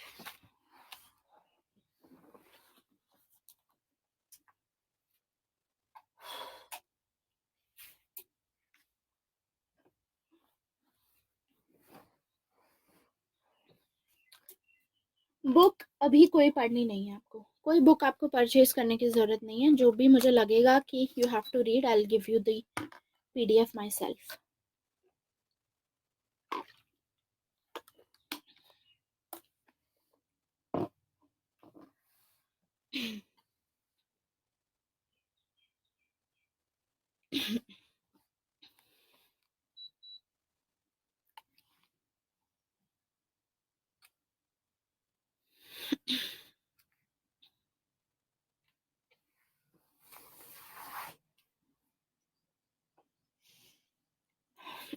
Give me 1 minute.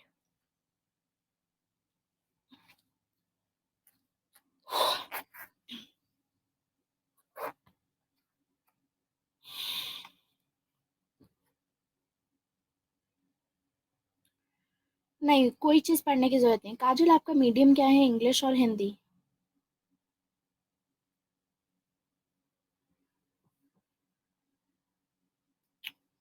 English. There is no need to read anything else. ठीक है, तो रिवीजन पहले फ्लो चार्ट एंड वीडियो से रहेगी। उसके बाद पीडीएफ भी आपको रिवाइज करनी है। At least read these PDFs 2 to 3 times। ठीक है, ये आप अगले 6 महीनों में करोगे, ऐसा नहीं है कि अभी कर दो सारा। अगले 6 महीनों में पूरा मैं बता रही हूँ कि एटलीस्ट इतना करना है। ओके, तो उसके बाद अब आपका हो जाता है टॉपिक कंप्लीट। आपको प्लेटो पूरा आ चुका है, आपको फ्लो चार्ट पूरा तैयार हो चुका है, आपका आपकी पीडीएफ आपने पढ़ ली है आसानी से, और जितने भी आपके क्वेश्चंस थे, आंसर राइटिंग हम जब कर रहे हैं तो आप वो सभी क्वेश्चंस अच्छे से अटेम्प्ट कर पा रहे हैं। अब उसके बाद कुछ एक्स्ट्रा अगर आपको करना है तो एक्स्ट्रा के लिए there is additional PDF that I provide you. उसमें आपको बस वो सेलेक्टेड चीजें पढ़नी है, आपको कोई बुक परचेज करने की जरूरत नहीं है। आई प्रोवाइड यू दैट पीडीएफ, सिर्फ उतना पढ़िए, उतना सफिशिएंट है। ठीक है, now for Hindi medium students, जो लोग हिंदी में लिख रहे हैं, उनके लिए सबसे पहली प्रायोरिटी रहेगी। वैसे तो उनके लिए एक अलग से I make a separate group, थोड़ा मतलब छोटा रहेगा, because we have to work on the Hindi medium notes. अलग से हैंड रिटन में विल वर्क ऑन दैट। तो हिंदी मीडियम के लिए सबसे पहले इग्नू के जो हिंदी मटेरियल है वो आप डाउनलोड कर लीजिए, क्योंकि वहां से हमको हिंदी वाली जो टर्मिनोलॉजीज होती हैं वो साफ मिलेंगी हमको। ठीक है, तो हिंदी इग्नू मटेरियल जो है पॉलिटिकल साइंस के लिए डाउनलोड करके रख लीजिए। बाकी बुक्स कौन सी फॉलो करनी है, बुक्स वैसे फॉलो ज़्यादा कुछ नहीं करनी है, मैं बताऊंगी, लेकिन टर्मिनोलॉजीज पे ज़्यादा काम करेंगे। बाकी जितना मैं पढ़ा रही हूँ, कोई भी अगर आप बुक पढ़ते हैं हिंदी मटेरियल से रिलेटेड, तो जितना क्लास में पढ़ाया जा रहा है सिर्फ उतना ही आप देखो कि अगर बुक में लिखा हुआ है। 1-2 बातें ज़्यादा लिखी होंगी तो कोई इशू नहीं है, लेकिन 4 बातें करने की ज़रूरत नहीं है उसमें, क्योंकि सेलेक्टिवली पढ़ना है। सिलेबस ज़्यादा है एंड रिविजन करनी है। सिलेबस इतना ज़्यादा है कि रिविजन नहीं हो पाती है बच्चों की। बच्चे करते क्या हैं यूजुअली, जब मेंस लिखते हैं, that they you know revise twice only, 2 से 3 बार रिविजन करके सीधा लिखाते हैं, या सीधा टेस्ट सीरीज ज्वाइन करते हैं। No answer writing module, no answer writing practice. ये रीजन है कि आपके कम मार्क्स आते हैं। I tell you how. बहुत टेक्निकलिटीज होती हैं आंसर्स में जो लिखनी पड़ती हैं। आपको एक एक कीवर्ड अपना आंसर में प्रोवाइड करना होता है, वो मिसिंग है तो आपके मार्क्स कटेंगे उसके। एग्जामिनर के पास में, suppose this is the sheet, आपने कुछ भी लिखा है अपना आंसर, एग्जामिनर के पास में एक आंसर की होती है। कोई चाहे सब्जेक्टिव क्वेश्चन भी है, आपको लिखना है वो आंसर, ऑब्जेक्टिव तो नहीं है ये, इसमें भी आंसर की रहती है। इस आंसर की में क्या रहता है, मान लीजिए प्लेटो के ऊपर कोई क्वेश्चन है, इस आंसर की में आपको कीवर्ड्स दिखेंगे कि ये आइडियाज अगर इस बच्चे ने अपने लिखे हैं यहाँ पर, तो आप उनको इतना मार्क्स दे दीजिए इस आइडिया के लिए, ये चीज एक्सप्लेन करने के लिए। मान लीजिए आपने कोई आइडिया, आपने वर्ड लिखा है functional specialisation plus non interference it will result into peace excellence and harmony, ऐसा एक हमारा आइडिया है। ठीक है, तो ये पूरी चीज आपको लिखने के लिए you will gate 2 marks directly, straight 2 marks just for writing this one sentence, because this is very important part of this topic। तो ये चीजें लिखी होती है आंसर की में। तो यूजुअली बच्चों के स्कोर क्यों नहीं हाई आता है, जब 250 नंबर का पेपर है, उसके बावजूद भी 110 मार्क्स, 125 मार्क्स, मैक्सिमम 125, 100। आप ये देखो, general studies paper number 3 which is the economy paper, economy में इस वाले पेपर में फिर भी पॉसिबल है कि आप 130 मार्क्स ला सकते हो, 125 आसानी से ला सकते हो। बट हिस्ट्री का जो आपका जनरल स्टडीज पेपर नंबर 1 होता है, यहाँ पे 115 मार्क्स लाने भी बहुत मुश्किल हो जाते हैं। द रीजन इज क्योंकि हम हिस्ट्री को एनालाइज करके नहीं पढ़ते हैं, इकोनॉमी को हम बहुत लॉजिकली एनालिसिस के साथ पढ़ते हैं कि एक के बाद एक एक पॉइंट हम लिख सकते हैं। दैट इज द रीजन कि हमारे कम मार्क्स क्यों आते हैं। तो एक तो स्कोर हाई करना है, कैसे पॉसिबल है, ये बहुत बड़ा रीजन है उसका। ठीक है, तो ये एक चीज पे ध्यान देना है। पीडीएफ आपकी इंग्लिश में होगी Pranjal, PDF is going to be in English for Hindi medium students. अगर आप हिंदी में कर रहे हैं, हिंदी के लिए अलग से बनाई जाएंगी, क्योंकि मैंने आज तक हिंदी में इस तरीके से पढ़ाया भी नहीं है। I've never done that. This is the first time I'm teaching in this. Hindi में हालांकि मैंने एक बैच नंबर 4 लिया था, बट उसमें सारे जो भी नोट्स थे वो इंग्लिश में ही थे, लेकिन बिकॉज हिंदी मीडियम स्टूडेंट्स हैं, so I thought we should work for the Hindi medium students. ठीक है, तो जितनी चीजें बताई जा रही हैं, these are the guidelines for political science. ये सब चीजें प्लीज ध्यान में रखिए, साथ में अपना करंट अफेयर और कोई भी एक सब्जेक्ट अपना स्टार्ट कर सकते हो। सब्जेक्ट भी कर रहे हो, करंट अफेयर्स भी कर रहे हो, मेक श्योर कि उन सब में भी आप रिविजन कीजिए। I am again telling you, revision is the की विद यूपीएससी। डेटा बहुत ज़्यादा है, डायनेमिक पेपर हो गया है, लेकिन उसके बावजूद रिविजन बहुत इंपॉर्टेंट रहती है, क्योंकि बहुत ज़्यादा है ना सिलेबस। जितना ज़्यादा रिवाइज करोगे उतना रिटेंशन रहेगा और फिर ज़्यादा मार्क्स भी आएंगे। ठीक है, तो will start with paper number 1 section. आपका कोई डाउट है तो आप पूछ सकते हैं।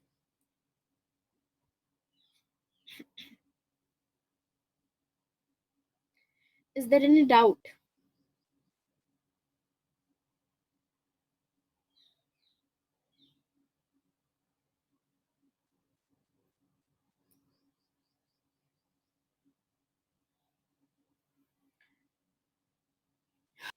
डाउट आपका कोई?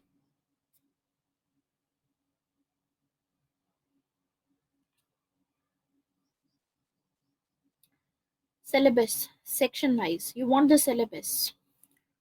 Okay, थोड़ा syllabus पे डिस्कस कर लेते हैं, let's discuss that. Wait,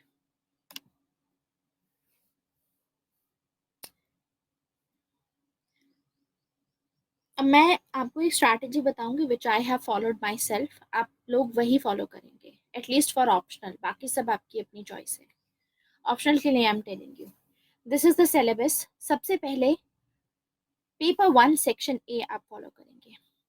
paper 1 section ए, ये आपका 35% सिलेबस है। ठीक है, इसको 35% सिलेबस जैसे ही ट्रीट करेंगे। 35% सिलेबस पेपर 1 सेक्शन ए। पहले डिस्कस करूंगी पेपर 1 सेक्शन ए कंप्लीट कैसे करेंगे हम लोग। Will start with western political thought. Plato cover होगा, एरिस्टोटल कवर होगा, which is ancient western political thought. यानी ये पुराने टाइम में एंशियंट, जैसे हिस्ट्री को डिवाइड करते हैं, ancient history, medieval history, modern history, बिल्कुल वैसे है। तो ये एंशियंट वेस्टर्न पॉलिटिकल थॉट हो गया। इसमें मिडीवियल है नहीं, वो क्यों नहीं है वो मैं आपको नेक्स्ट क्लास में बताऊंगी। एंशियंट के बाद सीधा हमें मॉडर्न पॉलिटिकल थॉट पढ़ना होता है। तो modern western political thought Machiavelli से शुरू होगा, Hobbes, John Locke, John Stuart Mill. अब जॉन स्टुअर्ट मिल में ही हम बेंथम के बारे में पढ़ेंगे, बेंथम। ऐसे ही जब हम हॉब्स नहीं, जॉन लॉक कवर करेंगे, तो जॉन लॉक में हम रॉबर्ट फिल्मर के बारे में पढ़ेंगे साथ में, रॉबर्ट फिल्मर।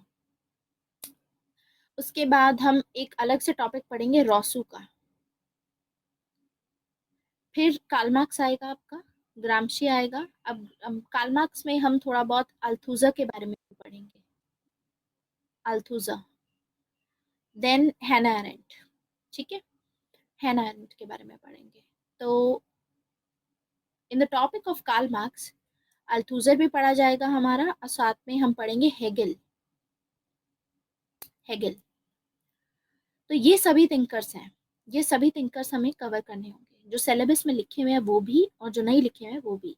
इसके अलावा कुछ और थिंकर्स हैं जो हमारे सिलेबस में डायरेक्टली नहीं लिखे हैं, लेकिन टॉपिक्स ऐसे हैं कि उन टॉपिक्स के लिए हमको वो थिंकर्स पढ़ने पड़ेंगे, जैसे कि अमर्त्य सेन।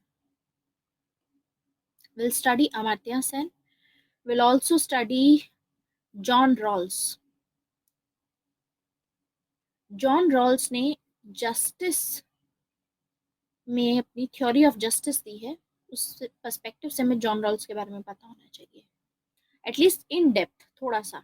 इन डेप्थ का मतलब ये नहीं है कि पूरा ही जॉन रॉल्स के बारे में पढ़ो, लेकिन थोड़ा पढ़ेंगे। फिर इसके अलावा हम पढ़ेंगे इमानुअल कांत के बारे में। इमानुअल कांत, हेरोल्ड लस्की,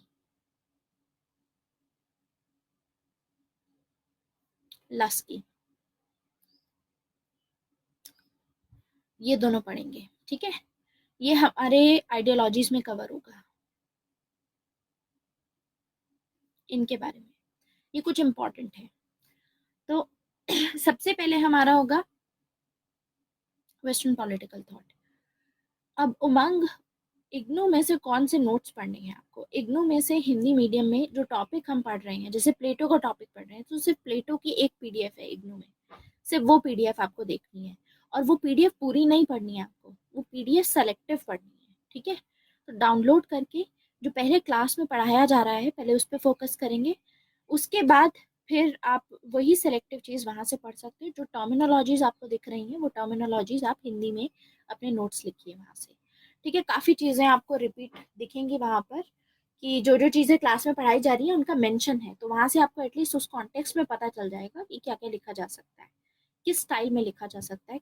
मतलब टर्मिनोलॉजी हिंदी में, जैसे मान लीजिए मैं कोई वर्ड यूज़ करती हूँ तो उसको हिंदी में क्या बोलेंगे वो आप लिख सकते हो वहाँ से, ठीक है। तो पहले वेस्टर्न पॉलिटिकल थॉट कवर होगा, एंड वेस्टर्न पॉलिटिकल थॉट के बाद में हम कवर करेंगे पॉलिटिकल आइडियोलॉजीज। अब पॉलिटिकल आइडियोलॉजीज में सबसे पहले आइडियलिज्म की एक आइडियोलॉजी है, आइडियलिज्म का स्कूल, पहले ये पढ़ते हैं हम। लिबरलिज्म पढ़ते हैं। अब लिबरलिज्म के बाद में कुछ छोटे टॉपिक्स आते हैं, बहुत सारे टॉपिक्स हैं जो यूजुअली यूपीएससी हर साल पूछती है। जैसे कि मैक्सिमम टाइम्स आपको दिखेगा मल्टी कल्चरलिज्म पे क्वेश्चन आता है, मल्टी कल्चरलिज्म पे क्वेश्चन आता है, एंड ऑफ हिस्ट्री डिबेट। इसी में एक और टॉपिक है टॉलरेशन। एक और टॉपिक आता है इसमें वैल्यू प्लूरलिज्म। इसके बाद एक और छोटा टॉपिक है क्लैश ऑफ सिविलाइजेशन। एक और टॉपिक है इसी में लेजिटिमेशन क्राइसिस। ये जो छोटे छोटे आपको टॉपिक्स दिख रहे हैं ये सभी टॉपिक्स लिबरलिज्म की आइडियोलॉजी के बाद पढ़ते हैं हम। तो ऑल्दो ये मेंशन नहीं किए गए हैं आपके सिलेबस में, लेकिन हर साल इस पे 10 मार्क्स का 15 मार्क्स का क्वेश्चन आता ही आता है, ठीक है। तो ये इम्पोर्टेंट है, ये कवर करेंगे। उसके अलावा फिर सोशलिज्म कवर करेंगे, फिर है मार्क्सिज्म, फासिज्म, गांधीज्म। गांधीज्म यहाँ कवर नहीं होगा, गांधीज्म जब हम इंडियन पॉलिटिकल थॉट कवर करेंगे, यानी गांधी को कवर करेंगे उसके बाद गांधीज्म देखेंगे। देन हम कवर करते हैं फेमिनिज्म। अब इसके अलावा भी कुछ आइडियोलॉजीज हैं जो हमारे सिलेबस में हमसे पूछी जाती हैं लेकिन मेंशन नहीं है पेपर में। कौन कौन सी आइडियोलॉजीज हैं? इसमें एक आइडियोलॉजी आती है कम्युनिटेरियनिज्म। कम्युनिटेरियनिज्म। नेक्स्ट आइडियोलॉजी है इसमें पोस्ट मॉडर्निज्म। अब कम्युनिटेरियनिज्म हम पढ़ते हैं when we cover the topic of justice, ये वहाँ कवर होगी। पोस्ट मॉडर्निज्म जब हम पावर का कॉन्सेप्ट पढ़ते हैं वहाँ कवर होगी। अदरवाइज ये भी एक सेपरेट आइडियोलॉजी है, ठीक है। पहले आइडियोलॉजीज का पूरा पार्ट कवर होगा। तो यानी हमने देखा कि सबसे पहले हम कवर करेंगे वेस्टर्न पॉलिटिकल थॉट, उसके बाद हम कवर करेंगे आइडियोलॉजीज। आइडियोलॉजीज के बाद अब नेक्स्ट जो टॉपिक कवर करेंगे वो यहाँ से कवर होगा, थ्योरीज ऑफ द स्टेट।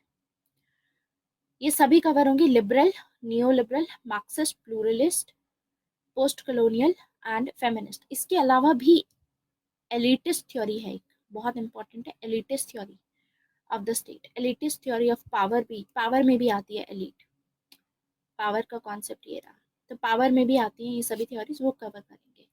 साथ में ग्रामशियन थ्योरी ऑफ द स्टेट क्या है, हैना एरेंट की क्या पर्सपेक्टिव है स्टेट के बारे में, ये सब कवर होता है इसमें। ठीक है, तो लिबरल, नियो लिबरल, मार्क्सिस्ट, ये सभी होता है इसमें। एडिशनल भी आ जाता है कुछ, पोस्ट मॉडर्निस्ट और ये सब आ जाता है। अब स्टेट के बाद कवर होता है हमारा, थ्योरीज ऑफ द स्टेट के बाद power, concept of power, hegemony, ideology and legitimacy. जो लेजिटिमेशन क्राइसिस हमने पढ़ा था वो यहाँ पर रिपीट होगा लेजिटिमेसी में, एंड थोड़ा सा legitimacy and power and hegemony के बीच में क्या उनका रिलेशनशिप है, अथॉरिटी, पावर एंड लेजिटिमेसी में, वो देखेंगे। आइडियोलॉजी में एंड ऑफ आइडियोलॉजी डिबेट है। अब देखो, एक है एंड ऑफ हिस्ट्री डिबेट, वो अलग है, और एक है एंड ऑफ आइडियोलॉजी डिबेट, वो अलग है। तो सबसे पहले आइडियोलॉजी जो टर्म थी किसने दी है, क्या पर्सपेक्टिव था, वो सब इसमें कवर होगा। पावर कंप्लीट करने के बाद में नेक्स्ट टॉपिक हमारा होगा डेमोक्रेसी। डेमोक्रेसी में हम सबसे पहले सारी थ्योरीज कवर करेंगे। सो सबसे पहले एक पार्ट आता है डेमोक्रेसी में थ्योरीज करने का, फिर उसके बाद आता है मॉडल्स ऑफ डेमोक्रेसी, जिसमें रिप्रेजेंटेटिव, पार्टिसिपेटरी मॉडल, डिलिबरेटिव मॉडल, क्या डिफरेंसेस हैं इनमें, कौन कौन से सपोर्टर्स हैं इनके, कौन से थिंकर्स क्या सोचते हैं, क्या उनका पर्सपेक्टिव है, क्या क्या कॉन्सेप्ट दिए हैं, क्या सपोर्ट करते हैं वो, ये सभी हमें करना होगा। तो फ्लो चार्ट बहुत हैंडी रहेंगे। पॉलिटिकल साइंस में फ्लो चार्ट बहुत काम आते हैं, तो फ्लो चार्ट भी आप साथ साथ काम करेंगे। If I am teaching you something, I am making a flow chart और I am telling you please write it down, ये एक इंपॉर्टेंट पॉइंट है इसका, तो वो आप एज इट इज बस वो पॉइंट लिख लोगे, पूरा एज इट इज सेंटेंस नहीं लिखना है, सिर्फ वो एक पॉइंट कीवर्ड लिखना है आपको। अब डेमोक्रेसी के बाद हम राइट्स कवर करते हैं। राइट्स में भी दो पार्ट हैं अलग, थ्योरीज है, फिर उसके बाद हम पढ़ते हैं concept of human rights, different kinds of rights, not that important, but human rights पे हर साल क्वेश्चन आता है, हर साल क्वेश्चन आता है। तो लेट मी, चलो पहले मैं इसको फिनिश कर लेती हूँ, उसके बाद बताती हूँ।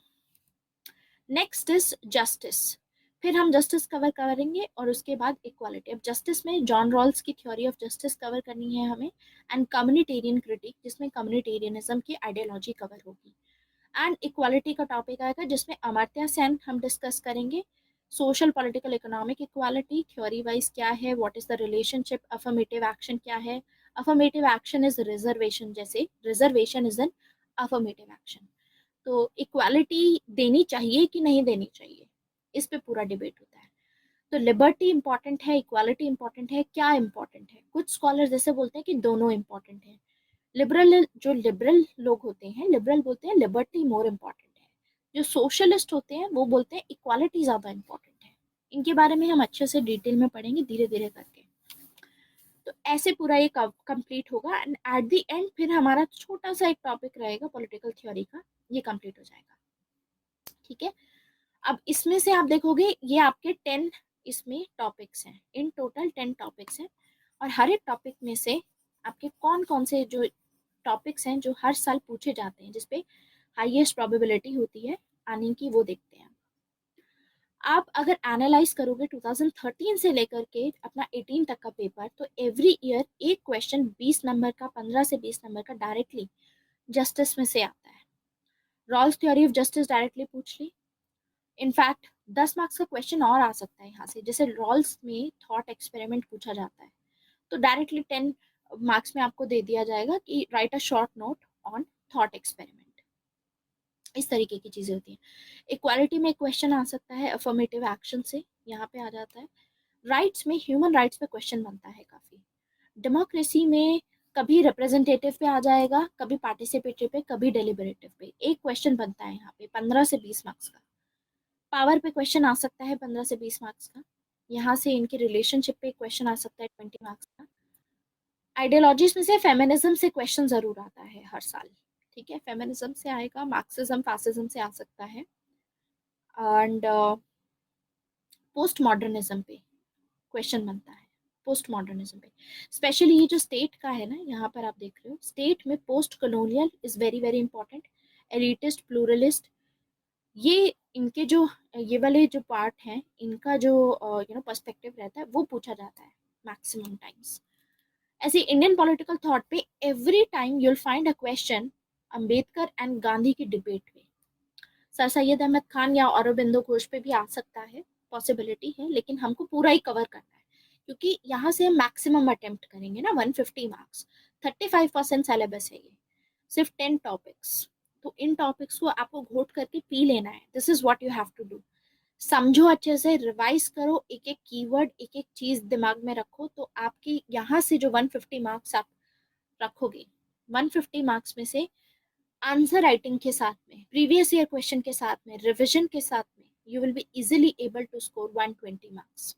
120, 110 आसानी से आ जाएंगे क्योंकि यहाँ पर डायनेमिज्म का स्कोप नहीं है। एज इट इज सिलेबस रखा हुआ है, आपको बस उठा करके लिखना है, समझ करके लिखना है बस। This is what you have to do. यहाँ पे बना बनाया मटेरियल है, बस याद कीजिए और उसको लिखिए। ठीक है, एडिशनल भी रहेगा, किसी को अगर एडिशनली कुछ और ऐड करना है to score more, obviously scope तो हमेशा ही रहता है, तो वो एडिशनल मटेरियल भी आई प्रोवाइड यू, तो you don't have to buy anything. So this is paper number 1 section A, और इस पेपर पे हम सबसे ज्यादा काम करेंगे। अब पेपर नंबर 1 सेक्शन में ए में जो आप पढ़ेंगे वो एज इट इज वो सारा आपका काम में आएगा पेपर 2 सेक्शन ए में। तो पेपर 2 सेक्शन ए अलग से कोई सेक्शन नहीं है, वो इसके साथ में लिंक्ड है। पेपर 2 सेक्शन ए देखते हैं, तो हम पेपर 1 सेक्शन ए के बाद पेपर 2 सेक्शन ए कवर करेंगे। एंड पेपर 2 सेक्शन ए में इंटरनेशनल पॉलिटिक्स है, इसमें थ्योरीज कंप्लीट की जाती है। तो every year 1 question is coming from comparative politics, directly 50 marks का पेपर यहाँ से आ जाता है आपका।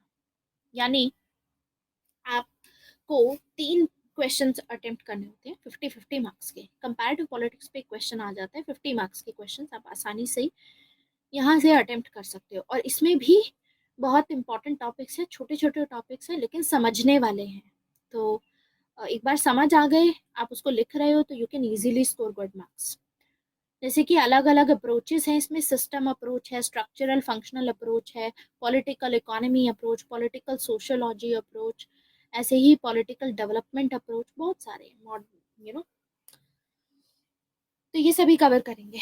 उसके बाद आता है next, state in comparative politics. एक क्वेश्चन जरूर आता है यहाँ पे, ये पूरा कंपैरेटिव पॉलिटिक्स का ही पार्ट है, तो एक क्वेश्चन जरूर आता है कि व्हाट इज द डिफरेंस, की नेचर ऑफ स्टेट कैपिटलिस्ट में कैसा है, सोशलिस्ट कंट्रीज में कैसा है, या डेवलपिंग कंट्री जैसे इंडिया में क्या चीज है। ठीक है, इंडिया में जो स्टेट हम देखते हैं वो जो हमें यूएसए में देखने को मिलता है उससे कैसे डिफरेंट है। This is state in comparative perspective. Next is politics of representation. Every year 1 question is coming, या तो पॉलिटिकल पार्टी से आएगा, प्रेशर ग्रुप से, सोशल मूवमेंट से, छोटे छोटे टॉपिक्स हैं, आसानी से किए जा सकते हैं। सिमिलरली ग्लोबलाइजेशन आसानी से किया जा सकता है। तो अप टू दिस पॉइंट आपका आसानी से 50 मार्क्स का पेपर अटेम्प्ट हो जाएगा, 50 to 70 तो यहीं से हो जाएगा। उसके बाद आता है दिस पार्ट, इसमें आपका आती है थ्योरीज, इसमें अप्रोचेज आती हैं।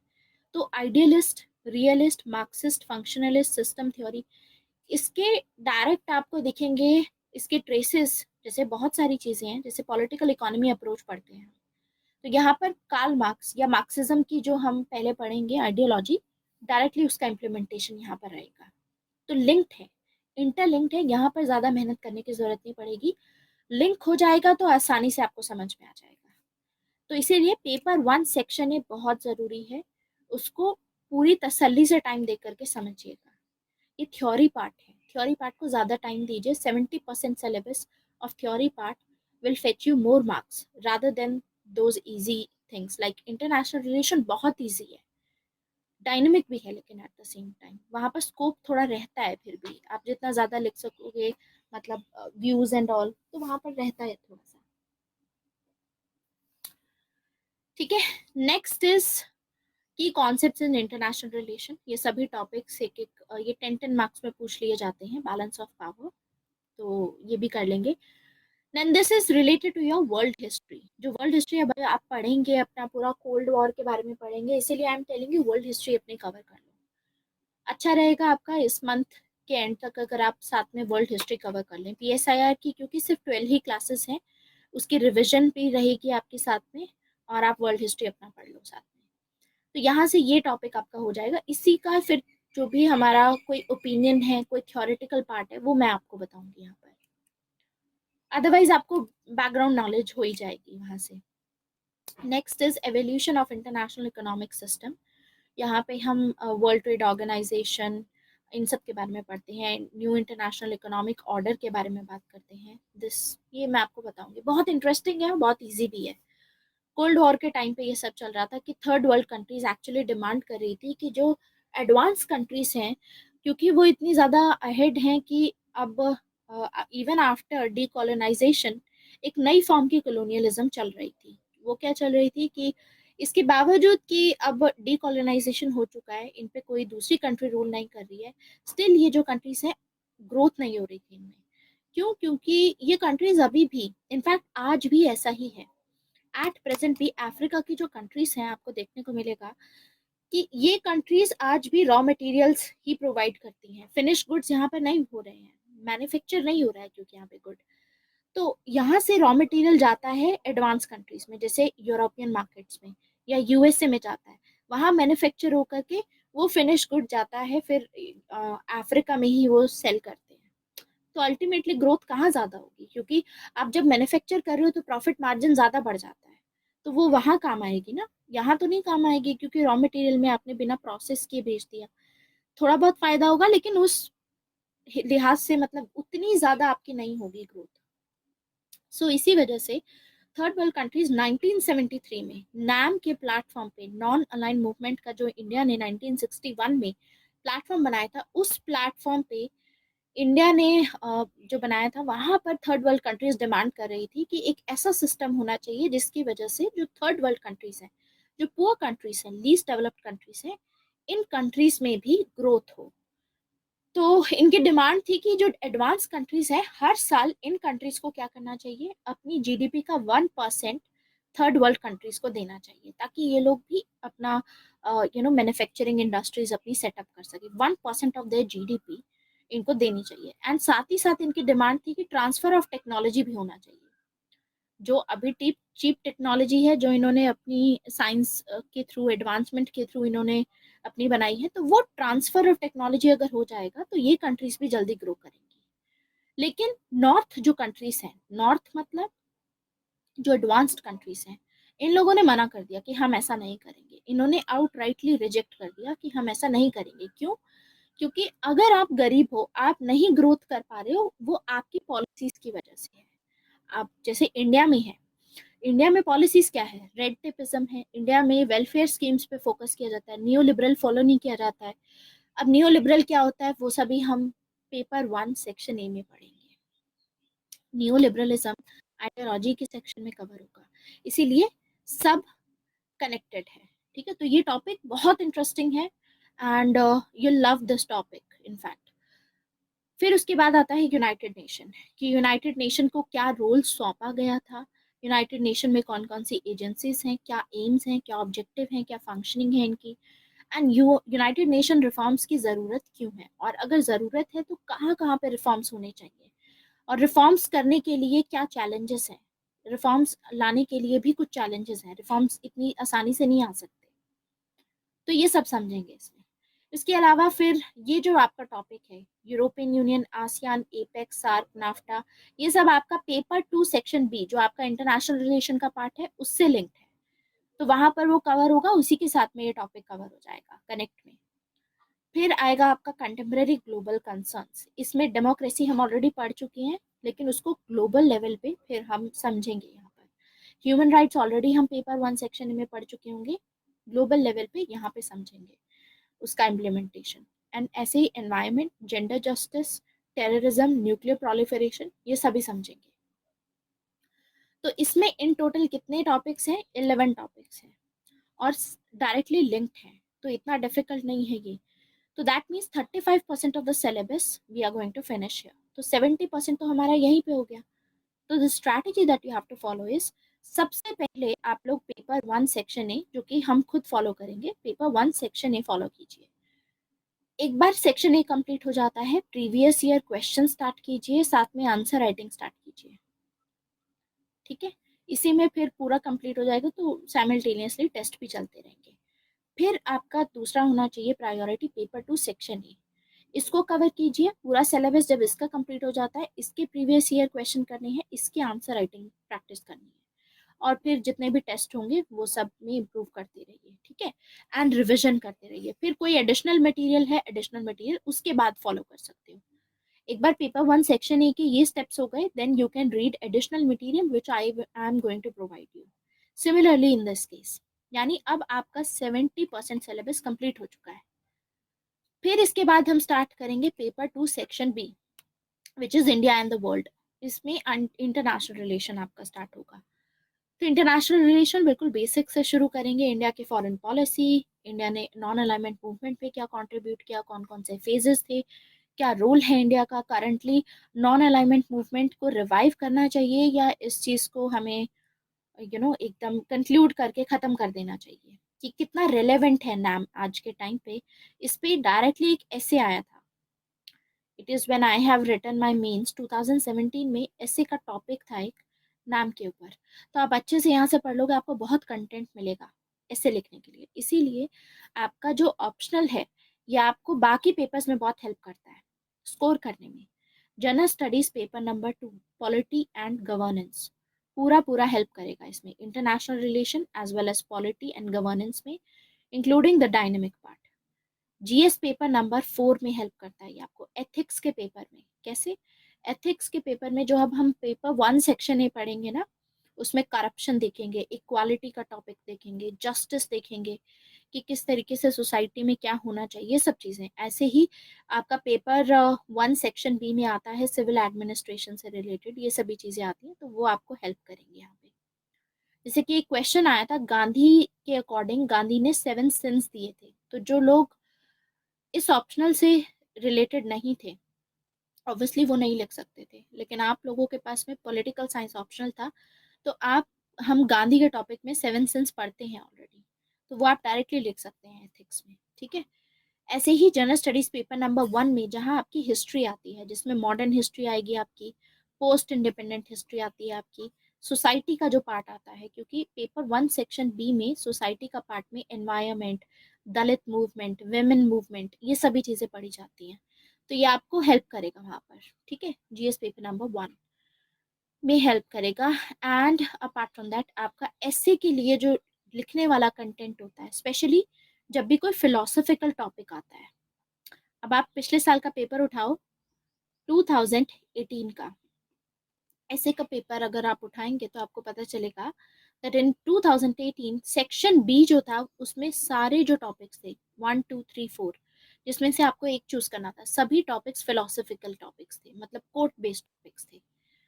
तो कोड बेस्ड टॉपिक्स पे आपको यहाँ से काफ़ी अंडरस्टैंडिंग आपकी अच्छी बन जाती है, आपका जो माइंड का होराइजन होता है इतना ब्रॉड हो जाता है कि आप बहुत अच्छे से यहाँ पर ऐसे लिख पाओगे, बहुत अच्छा कंटेंट इनफैक्ट प्रोवाइड कर पाओगे, ठीक है।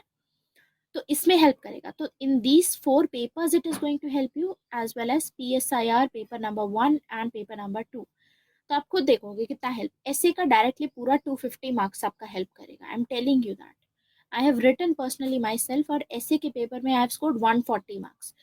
तो PSIR में तो इतना स्कोर था ही, at the same time essay का स्कोर भी बहुत अच्छा इंप्रूव हुआ।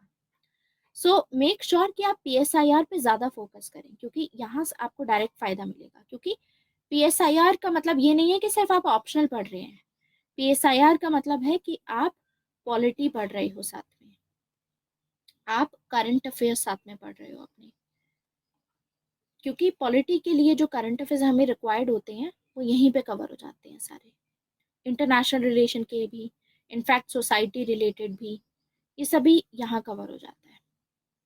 नेक्स्ट इज वर्ल्ड हिस्ट्री, आप यहीं कंप्लीट कर सकते हो अपनी, आपको थोड़ा एथिक्स में हेल्प मिल जाती है यहाँ से। फिर आपका दूसरा पेपर हो जाता है, यहाँ पर हिस्ट्री में हेल्प मिलती है, क्योंकि पेपर नंबर 1 सेक्शन बी अगर आप देखोगे तो उसमें पहले के जो 2-3 पॉइंट्स हैं वो पूरी मॉडर्न हिस्ट्री है।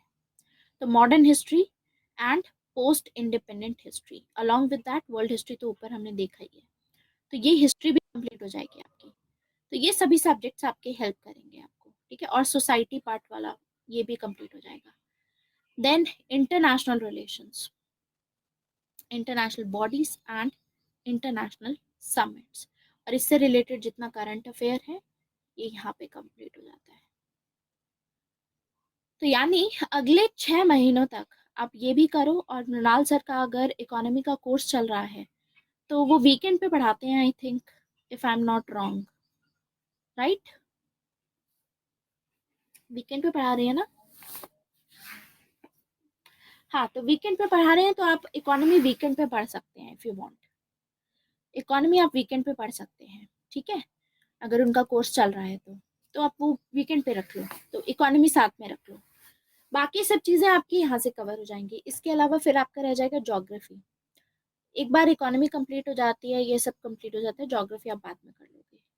अब हिस्ट्री क्योंकि पढ़ रहे हो यहाँ पर, modern history, post independent history, और क्योंकि हमारी सिर्फ 12 ही क्लासेस हैं, तो आई विल रिकमेंड यू कि हिस्ट्री अगर आप स्टार्ट करते हो तो एंशियंट से स्टार्ट कर देना। एंशियंट, मिडीवियल, मॉडर्न हिस्ट्री पे जल्दी आओ। एंशियंट हिस्ट्री, मिडीवियल, एंशियंट बहुत छोटी है, मैक्सिमम अगर किसी ने ऑलरेडी पढ़ा रखी है एंशियंट, अगर आपके पास में रिकॉर्डिंग्स अवेलेबल हैं तो आपको शायद 4 दिन लगेंगे, 4 से 5 दिन एंशियंट हिस्ट्री कंप्लीट करने में। फिर उसके बाद मेडिवल में भी ज़्यादा टाइम नहीं लगेगा, given the cost benefit ratio. 22 classes और 22 डेज, भाई सुनील, हाँ, तो 22 क्लासेस होंगी ना इन टोटल एंशियंट की। हाँ, तो बस बहुत है, उसको आप 4 से 5 दिन में कवर कर सकते हो आसानी से। आप रिकॉर्डिंग देखो उसकी, ज़्यादा कर दो आप, जो भी आपके रिकॉर्डिंग सेशंस होते हैं, क्योंकि eight the same time this political science तो आप नॉर्मल स्पीड पे देखिए, क्योंकि आपको समझना है टॉपिक को। एंशियंट में क्या है कि एक बार समझ लिया तो आप रिवीजन भी जल्दी, 1.5x पे स्टोरी की तरह होता है, तो इशू नहीं रहता। तो हिस्ट्री आपका यहीं से पूरा हो जाएगा। तो बाकी फिर आपका ज्योग्राफी रह जाएगा, एनवायरनमेंट रह जाएगा, और शायद आर्ट एंड कल्चर रह जाए। ये छोटे छोटे टॉपिक्स हैं जो आप कभी भी कर सकते हो, ठीक है। एथिक्स के लिए देखो सिलेबस वाइज करना पड़ता है। There are teachers those who are teaching in ethics also. Mains का भी एक कोर्स चल रहा है, a course is running for mains 2019।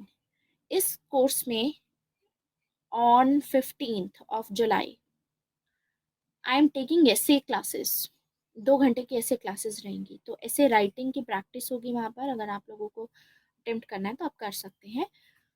तो ऐसे क्लासेस यहाँ पर रहेंगी, उसमें एथिक्स भी है, तो एथिक्स आप वहाँ से पढ़ सकते हो, वहाँ से आप एथिक्स पढ़ सकते हो, ठीक है। अब एक और सेक्शन रह गया हमारा। अच्छा, पेपर 1 सेक्शन, पेपर 2 सेक्शन भी नहीं कवर किया मैंने।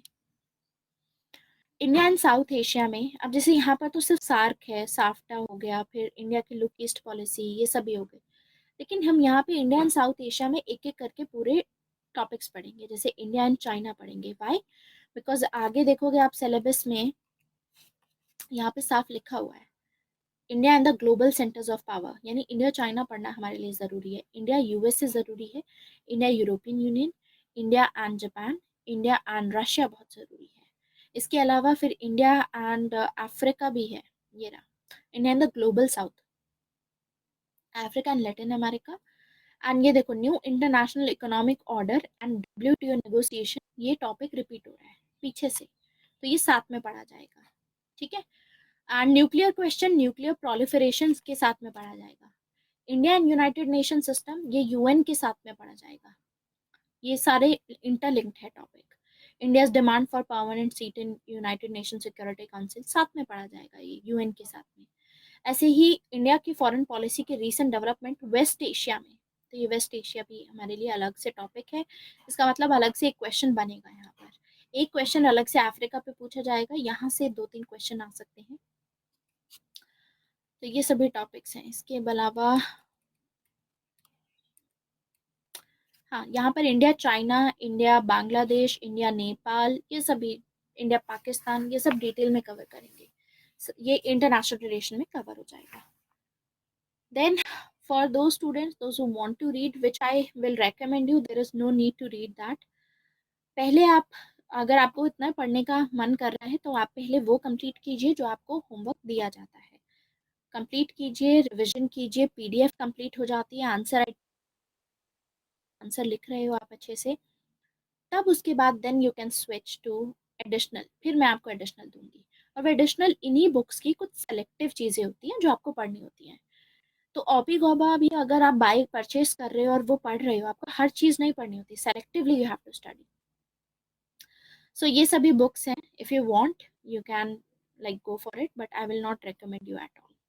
बट बिकॉज जो लोग बुक लिस्ट मांगते हैं, जिन लोगों को मतलब बुक से पढ़ना अच्छा लगता है, for them I am telling. Because there are students जो लोग ऐसे कोचिंग नहीं लेते हैं, या देर आर स्टूडेंट्स जो लोग खुद ही पढ़ना पसंद करते हैं, self study. For them this is, but selective होना बहुत ज़रूरी है, बिकॉज टॉपिक को समझना is more important rather than this reading these books.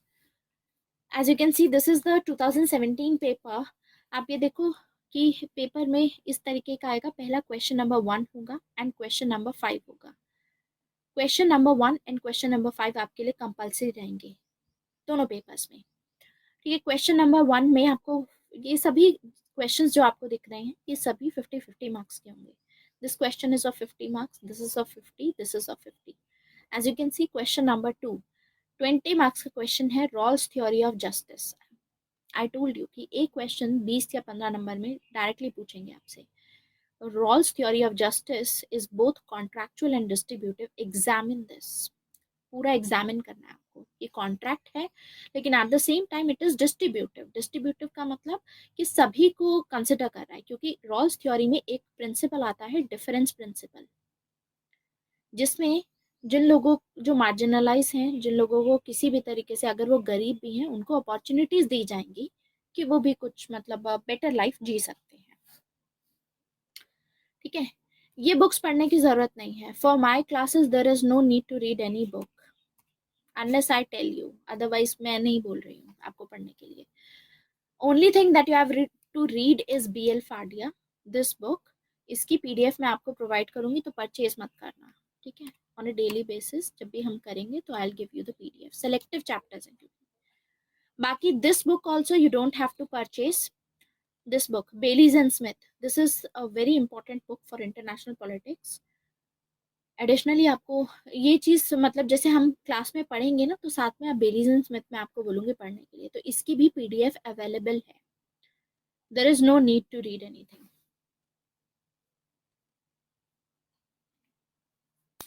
अब वो आपकी अपनी, देखिए मैं आपको बताती हूँ. देयर आर टॉपर्स जो वाजीराम से भी निकलते हैं, टॉपर्स विजन IAS से भी निकलते हैं, या टॉपर्स सेल्फ स्टडी करके भी निकलते हैं. बहुत सारे टॉपर्स हैं, इधर उधर से निकलते हैं. ठीक है. तो माय पॉइंट इज कि कोई इंस्टीट्यूट आपको नहीं बनाता है. ठीक है. इंस्टीट्यूट और a teacher is not that important. What is important is your own efforts. Teacher सिर्फ आपको समझाते हैं. I am here to only tell you. आप वो सब चीजें करोगे तो आप, जैसे आपको मैंने बोला कि the recipe of getting into IAS is 1 2 3, but ये 1 2 3 ही नहीं कोई कर पाता है. everyone knows this thing कि 1 2 3 is the recipe. उसके बावजूद वो लोग नहीं कर पा रहे हैं. तो टॉपर्स ऐसा नहीं है कि ये सब चीज़ें हैं. मतलब अगर आपकी अपनी चॉइस है, आपको जहां आपका सेटिस्फेक्शन लगता है आप वहां कीजिए, बट मेक श्योर जहां भी आप पढ़ रहे हैं वहां पर आप अपना 100% दे रहे हैं. It is all about that. It is all about that. ठीक है. तो it doesn't matter, because ultimately सभी जगह पर सेम ही चीज़ पढ़ाई जाती है. ठीक है. सभी जगह पे मतलब आप एक PDF डाउनलोड करोगे. मान लीजिए आपने लक्ष्मीकांत पढ़ ली, लक्ष्मीकांत समझ ली, या तो लक्ष्मीकांत पढ़ लो या किसी टीचर से पढ़ लो. It is the same thing. But Laxmikanth को पढ़ने की ट्रिक्स होती हैं. उसको अच्छे से समझना चाहिए आपको, एंड एनालाइज करना चाहिए. स्ट्रेस आपको पता होना चाहिए. ठीक है.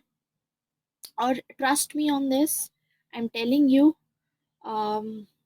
I heard about this, about the 2015 topper. She was, I think, rank 14, or maybe she was rank 15, rank 4. हाँ. तो I was being like, because they were my classmates,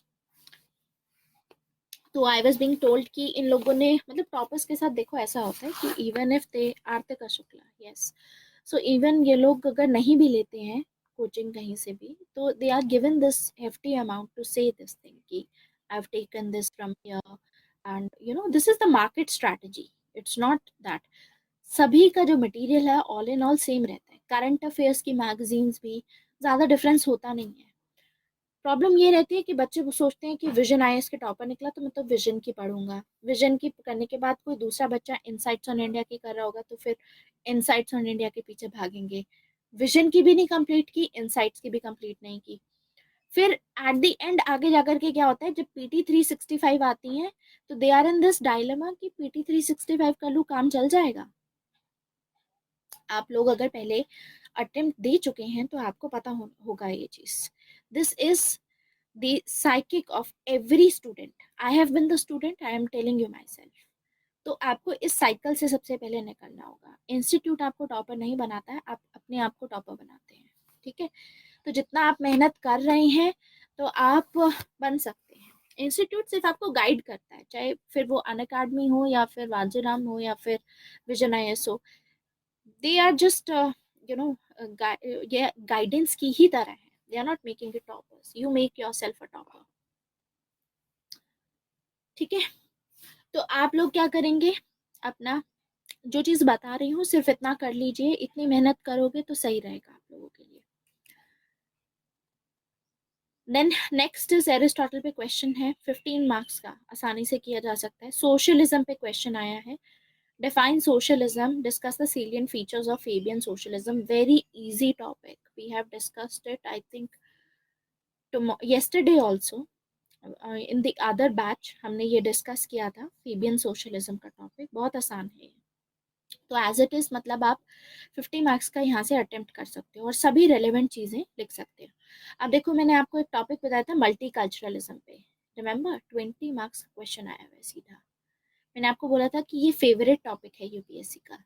multi culturalism पे 20 मार्क्स का सीधा क्वेश्चन, इसका साफ साफ मतलब है आप यहाँ से आसानी से आपने सभी इंपॉर्टेंट चीज़ें, सभी अपने ओपिनियन लिखे हैं, क्रिटिसिज्म लिखा है, तो आप आसानी से 15 to 17 मार्क्स यहाँ से पा सकते हैं। Next question is deliberative democracy. I told you democracy पे एक क्वेश्चन जरूर आता है, 15 से 20 मार्क्स का, 15 मार्क्स का क्वेश्चन है। Freedom and liberty, discuss Marx's notion of freedom, Karl Marx से क्वेश्चन है, बहुत ईजी है। New liberal perspective of state, very easy, directly 10 marks. Post modernism की थ्योरी सीधा आपसे पूछ लिया गया है कि 10 मार्क्स की आपको शॉर्ट नोट लिखना है, इस पे कमेंट करना है। Eco feminism, I told you feminism पे क्वेश्चन आता है। Hobbesian notion of political obligation, ये थॉमस हॉब से है, यानी this is from political thinker. ये सभी टॉपिक्स अभी हम डिस्कस करके हटे हैं कि ये पढ़ेंगे, ये वो पढ़ेंगे, ये सभी टॉपिक्स की बस टॉपिक देखो बार बार रिपीट होंगे। आप जितनी प्रैक्टिस करोगे, जितना आंसर राइटिंग करोगे, answer writing practice, focus more on answer writing practice and less on the test series. Next is B.R. Ambedkar का क्वेश्चन है। मैंने आपको बोला था कि B.R. अम्बेडकर का क्वेश्चन इंपॉर्टेंट है। End of history debate 15 marks में है, favourite topic of UPSC. Notion of state craft, Kautilya से क्वेश्चन है 15 मार्क्स का। ये पेपर 1 सेक्शन 1 की बात कर रही हूँ मैं। Let me upload one more question paper, थोड़ा एनालिसिस के लिए एक दो क्वेश्चन पेपर अगर हम देखें तो सही रहता है। 2013 का पेपर देखते हैं। अच्छा, पहले एक बार 13 का देखेंगे, फिर 18 का देख लेंगे, बाकी बीच के आप खुद भी एनालाइज कर सकते हैं। लेकिन हमारे प्रायोरिटी रहेगी विद इन दीज 6 मंथ्स कि सभी प्रीवियस ईयर क्वेश्चन पेपर्स हम सॉल्व कर पाए।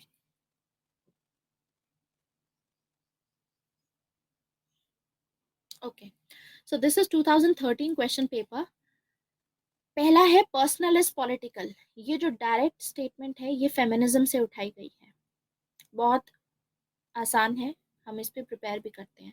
नेक्स्ट इज ओरिजिनल पोजीशन, ये टॉपिक जस्टिस से है, तो जस्टिस हम ऑलरेडी पढ़ेंगे ही, रॉल्स थ्योरी, वहां से डायरेक्टली आप ये सॉल्व कर सकते हैं। नेक्स्ट इज कोवेनेंट, देखो हॉब्स लिखा हुआ है डायरेक्टली, तो हॉब्स से क्वेश्चन है, बहुत इजी टॉपिक है। Shri Aurobindo's idea of freedom, Indian political thought पढ़ेंगे डायरेक्टली उसमें से। Sir Syed Ahmad Khan as a moderniser, बहुत इजी क्वेश्चन है, 50 मार्क्स के आपके यहाँ से अटेम्प्ट हो गए। Next question, communitarian critic of liberalism. अब ये कम्युनिटेरियनिज्म कौन से टॉपिक में मैंने आपको बताया था, जस्टिस में, और जस्टिस में से ऑलरेडी ऊपर से एक क्वेश्चन बना है, ये देखो ओरिजिनल पोजीशन का, तो यानी जस्टिस से 10 मार्क्स यहाँ से आया और जस्टिस से 20 मार्क्स का क्वेश्चन यहाँ से आया है, क्योंकि जस्टिस में ही कम्युनिटेरियनिज्म है और कम्युनिटेरियंस जो होते हैं वो लिबरलिज्म की आइडियोलॉजी को क्रिटिसाइज करते हैं। ये जस्टिस के टॉपिक में हम पढ़ते हैं, तो डायरेक्टली आप अटेम्प्ट कर पाएंगे। Next is examine Ambedkar's criticism of Marxism. ये अम्बेडकर के टॉपिक का है, इंडियन पॉलिटिकल थॉट का, 15 मार्क्स का। तो यानी इंडियन पॉलिटिकल थॉट से क्वेश्चन देखते हैं कितने के आए हैं। This is 10 marks, 10 here and 15 here, that means so far 35 marks का जो पेपर है इंडियन पॉलिटिकल थॉट से directly. Explain as per Gramsci the distinction between hegemony and domination. Now ये पॉलिटिकल, वेस्टर्न पॉलिटिकल थॉट का question है, ये भी western political thought का क्वेश्चन था, हॉब्स वाला। Next, analyse the relationship between natural rights and human rights. I told you human rights बहुत important है। अब देखो, significance of dharma in ancient Indian political thought, 15 marks का question, that means 15 marks plus कर लो यहाँ पे, 50 marks directly Indian political thought से। Next question, Marx understanding of state can be considered as materialistic, Karl Marx से question है। Next is Berlin, Isaiah Berlin notion of value pluralism. अब आप already यहाँ से 3 क्वेश्चन कर चुके हैं, तो आपको 4th क्वेश्चन करने की जरूरत नहीं है आपके पास, लेकिन चॉइस है if you want to. Value pluralism का टॉपिक मैंने आपको बताया था, यूपीएससी पूछती है इस पे क्वेश्चन।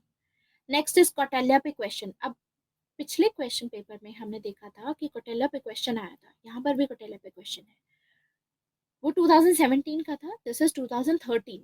तो कौटिल्य वाला क्वेश्चन रिपीट हुआ। Comment on the assertion of that Robert Filmer, ये रॉबर्ट फिल्मर के बारे में है, यानी ये जॉन लॉक से है, main antagonist of John Locke. Direct question in this, western political thought से। यानी स्टैटिक इतना है कि हमारे पास, हमने सब कुछ पढ़ा हुआ होगा, कुछ भी बाहर से नहीं है, हमने सब पढ़ा हुआ है, हमको बस अटेम्प्ट करना है विद इन 1.5 आवर्स या 2 आवर्स के अंदर में हमको ये 3 क्वेश्चन अच्छे से लिखने हैं, जो कि हम लिख सकते हैं विद प्रैक्टिस, क्योंकि 10 टॉपिक है इन टोटल, 10 टॉपिक्स पे एट मैक्स 100 क्वेश्चंस बन सकते हैं, in total 100 questions. In 100 questions को आप बार बार रिवाइज करेंगे, प्रैक्टिस करेंगे, इनके इंपॉर्टेंट कीवर्ड्स लिखेंगे, तो ऑटोमेटिकली यू नो कि कितना बेनिफिट होगा आपको। ऐसे ही लास्ट ईयर का क्वेश्चन पेपर एक बार डिस्कस करते हैं, उसके बाद आज की क्लास खत्म करेंगे। Because this is the introductory class, तो थोड़ा it is important for us to discuss मोर।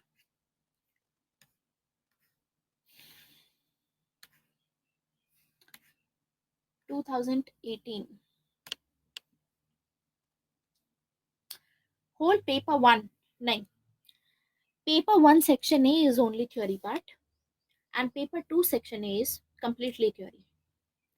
अब 2018 का पेपर देखिए। First is John Stuart Mill is a reluctant democrat, very easy question, ये हम ऑलरेडी डिस्कस भी कर चुके हैं एक्चुअली दूसरे बैच में, तो this is very easy, 10 marks का है, वेस्टर्न पॉलिटिकल थॉट से। Decline of political theory, distributive justice, distributive justice is the topic from justice, ठीक है, जस्टिस से देखो क्वेश्चन आया दोबारा। डेमोक्रेसी से क्वेश्चन आया, substantive democracy. Nothing against the state, nothing over it, nothing beyond it, ये आज ही हमने डिस्कस किया है। आप में से कोई था दूसरी क्लास में, आज ही हमने ये डिस्कस किया, मुसोलिनी की स्टेटमेंट है ये, फासिज्म की आइडियोलॉजी से, दिस इज फ्रॉम फासिज्म। ये बोलते हैं क्योंकि इनके लिए स्टेट सबसे ऊपर है, स्टेट से बियॉन्ड कुछ भी नहीं है, state is organic for them. तो ये पूरा चीज लिखनी थी, इसमें डिस्कस करनी थी कि फासिस्ट के लिए क्या इनकी आइडियोलॉजी होती है, ठीक है, ये सब लिखना होता है। नेक्स्ट इज, ये पूरा आपका 5 नंबर का क्वेश्चन है, neo liberal theory of state, ये ऑलरेडी हमने देखी थी, neo liberal theory of state last question paper में, ये देखो यहाँ, आई थिंक यहीं पे था, शायद दूसरे में था, 2017 में है, दिस इज 13, हाँ 17 में हमने देखा था neo liberal theory. Anyways, next is John Rawls again, 15 marks. See justice से 10 मार्क्स का, जस्टिस से दोबारा 15 marks, 25 marks from justice. Equality से 15 मार्क्स का क्वेश्चन है, उसके अलावा फिर what do you understand by human rights, again human rights का क्वेश्चन। डेमोक्रेसी पे फिर से क्वेश्चन आया 15 मार्क्स का, जबकि डेमोक्रेसी पे सब्सटैंटिएटिव डेमोक्रेसी यहाँ पूछी गई है आपसे। Explain the relationship between power, authority and legitimacy, ये पावर से रिलेटेड टॉपिक है। John Locke is the father of liberalism, very easy. Annihilation of caste, Ambedkar दोबारा पूछे गए हैं। मैकियावेली, बहुत इजी है टॉपिक। तो आप देख रहे हो कि मतलब बार बार चीजें रिपीट होंगी, यहाँ पर मैक्सिमम टॉपिक्स रिपीट होंगे, और वैसे भी लिमिटेड सिलेबस है तो बहुत इजी रहेगा यहाँ पर। Similar is with paper number 2 section ए। चलो वो हम बाद में डिस्कस कर लेंगे, लेकिन पेपर नंबर 2 सेक्शन ए में भी ऐसा ही है, बार बार क्वेश्चंस रिपीट होंगे, उन्हीं टॉपिक से आएंगे, लिमिटेड सिलेबस है। So I am just trying to tell you कि जो आपको लगता है कि थ्योरेटिकल पार्ट बहुत डिफिकल्ट होता है, इट इज नॉट डिफिकल्ट। समझाना मेरी रिस्पॉन्सिबिलिटी है, दैट इज माई ड्यूटी। आपको नहीं समझ में आता है मुझसे पूछिए, बार बार पूछिए, कोई इशू नहीं है। लेकिन when it comes to answer writing, ज्यादा से ज्यादा प्रैक्टिस करेंगे आप आंसर राइटिंग की, write as much as you can. और at the end answer writing की भी रिकॉर्डिंग्स प्लीज देखिए, बिकॉज आंसर राइटिंग की रिकॉर्डिंग देखोगे, वहां पर आपको बताया जाएगा स्पेशली कि ये पॉइंट इसमें आपको बताना चाहिए था। इस क्वेश्चन में आपसे जो क्वेश्चन पूछा गया है, क्वेश्चन को समझो, क्वेश्चन का आंसर लिखना कैसे है, कौन से फॉर्मेट में लिखना है, स्टेप बाय स्टेप काम करना है। जैसे इंट्रोडक्शन के बारे में आज सिर्फ इंट्रोडक्शन बताती हूँ, किसी भी आंसर की, हमारी पॉलिटिकल साइंस की इंट्रोडक्शन कैसे लिखोगे आप एक बार, I am telling you this कि एक बार ना आप 20 से 25 आंसर लिख लोगे, तो introduction will be something like that कि आप एक बार पेपर आपके हाथ में आएगा तो इंट्रोडक्शन आप अगले 1 मिनट में लिख पाओगे बहुत आसानी से, आपको ज्यादा सोचने की जरूरत नहीं पड़ेगी, क्योंकि वो इंट्रोडक्शन की ओवर एंड ओवर आपको प्रैक्टिस हो जाएगी। क्योंकि 10 ही टॉपिक्स हैं, उन 10 में बेशक से कितने भी सब टॉपिक्स हों, लेकिन वो एटलीस्ट लिमिटेड है सब कुछ। तो इंट्रोडक्शन में 2 स्टेटमेंट लिखनी होती है हमको, एक होती है स्टेटमेंट नंबर 1, एक होती है स्टेटमेंट नंबर 2। टेक्निकली हम इसको समझेंगे। स्टेटमेंट नंबर 1 का मतलब है, अभी इंट्रोडक्शन स्टार्ट हुई है, मतलब जो भी टॉपिक आपसे पूछा गया है उस टॉपिक को आप इंट्रोड्यूस कीजिए। मान लीजिए आपसे क्वेश्चन आया है जॉन स्टुअर्ट मिल पे, हमने पीछे देखा एक क्वेश्चन था जॉन स्टुअर्ट मिल पे, जॉन स्टुअर्ट मिल पे that he is a reluctant Democrat.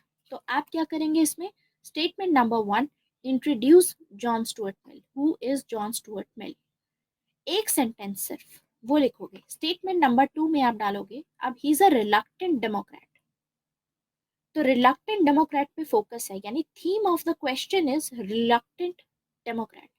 तो यानी जो आपकी सेकंड स्टेटमेंट होगी वो आपकी इससे एसोसिएटेड होगी, क्योंकि जॉन स्टुअर्ट मिल को तो आप बता चुके who is John Stuart mill. Second statement होती है आपकी थीम ऑफ के क्वेश्चन के कॉन्टेक्स्ट में, जो क्वेश्चन आपसे पूछा गया उसके कॉन्टेक्स्ट में आपको लिखना है कि John Stuart mill was the champion of democracy, ठीक है, but at the same time even if he is a champion of democracy he is a reluctant Democrat. तो आप चैंपियन डेमोक्रेसी वाला कुछ डेमोक्रेसी से रिलेटेड उन्होंने ये सब चीजें अपनी दी थी। फिर उसके बाद आपका आएगा बॉडी पार्ट, फिर आएगी इंट्रोडक्शन के बाद बॉडी, फिर बॉडी पे भी आई वर्क कि किस तरीके से आंसर आपको लिखना चाहिए। बॉडी के भी 2 कंपोनेंट्स होते हैं, जिसमें एक कंपोनेंट क्रिटिसिज्म रहेगा, फिर आएगा आपका थर्ड कंपोनेंट जिसमें आप कंक्लूजन लिखोगे। कंक्लूजन कैसे लिख सकते हो, कंक्लूजन आज के टाइम पे जो भी आपको चीजें दिखती हैं, जो हो रहा है उसके साथ में अगर रिलेट करके लिखोगे तो ज्यादा मार्क्स आपको मिलेंगे, ठीक है। तो टेक्निकलिटी से थोड़ा सा परस्यू करेंगे इस सब्जेक्ट को, आंसर राइटिंग को स्पेशली, लेकिन पहले बहुत बेसिक स्टोरी फॉर्मेट में समझेंगे टॉपिक्स को, फिर टेक्निकलिटीज पे फोकस करेंगे, उसके बाद आंसर राइटिंग पे। समझ आया? सो this is it for today's class. रात को 9 बजे क्लास है, हम अपना पहला टॉपिक शुरू करेंगे, बेसिक कवर होगा प्लेटो का, जिसमें समझेंगे पूरा, थोड़ा सा ओवरऑल समझने की कोशिश करेंगे मॉडर्न एंशिएंट पॉलिटिकल थॉट को या वेस्टर्न पॉलिटिकल थॉट को समझेंगे, प्लेटो के बारे में उनकी स्टोरी समझेंगे, प्लेटो कौन है, प्लेटो का क्या पर्पस था, कौन सी थ्योरीज दी हैं, कौन से लोगों से इन्फ्लुएंस थे प्लेटो, ये सभी समझेंगे, ठीक है। This is it for today. ये पीडीएफ जो है आपकी सिलेबस वाली, I am going to post it, बाकी प्लेटो वाली पीडीएफ शाम वाली क्लास में आई विल पोस्ट दैट, ठीक है। बाकी किसी को अभी भी कोई डाउट रहा हो तो आप पूछ सकते हैं बाद में, ग्रुप में आपका शाम को बिफोर 9 मैं बना दूंगी, और ग्रुप का जो आपका लिंक होगा वो डिस्कशन फोरम पे आई पोस्ट इट।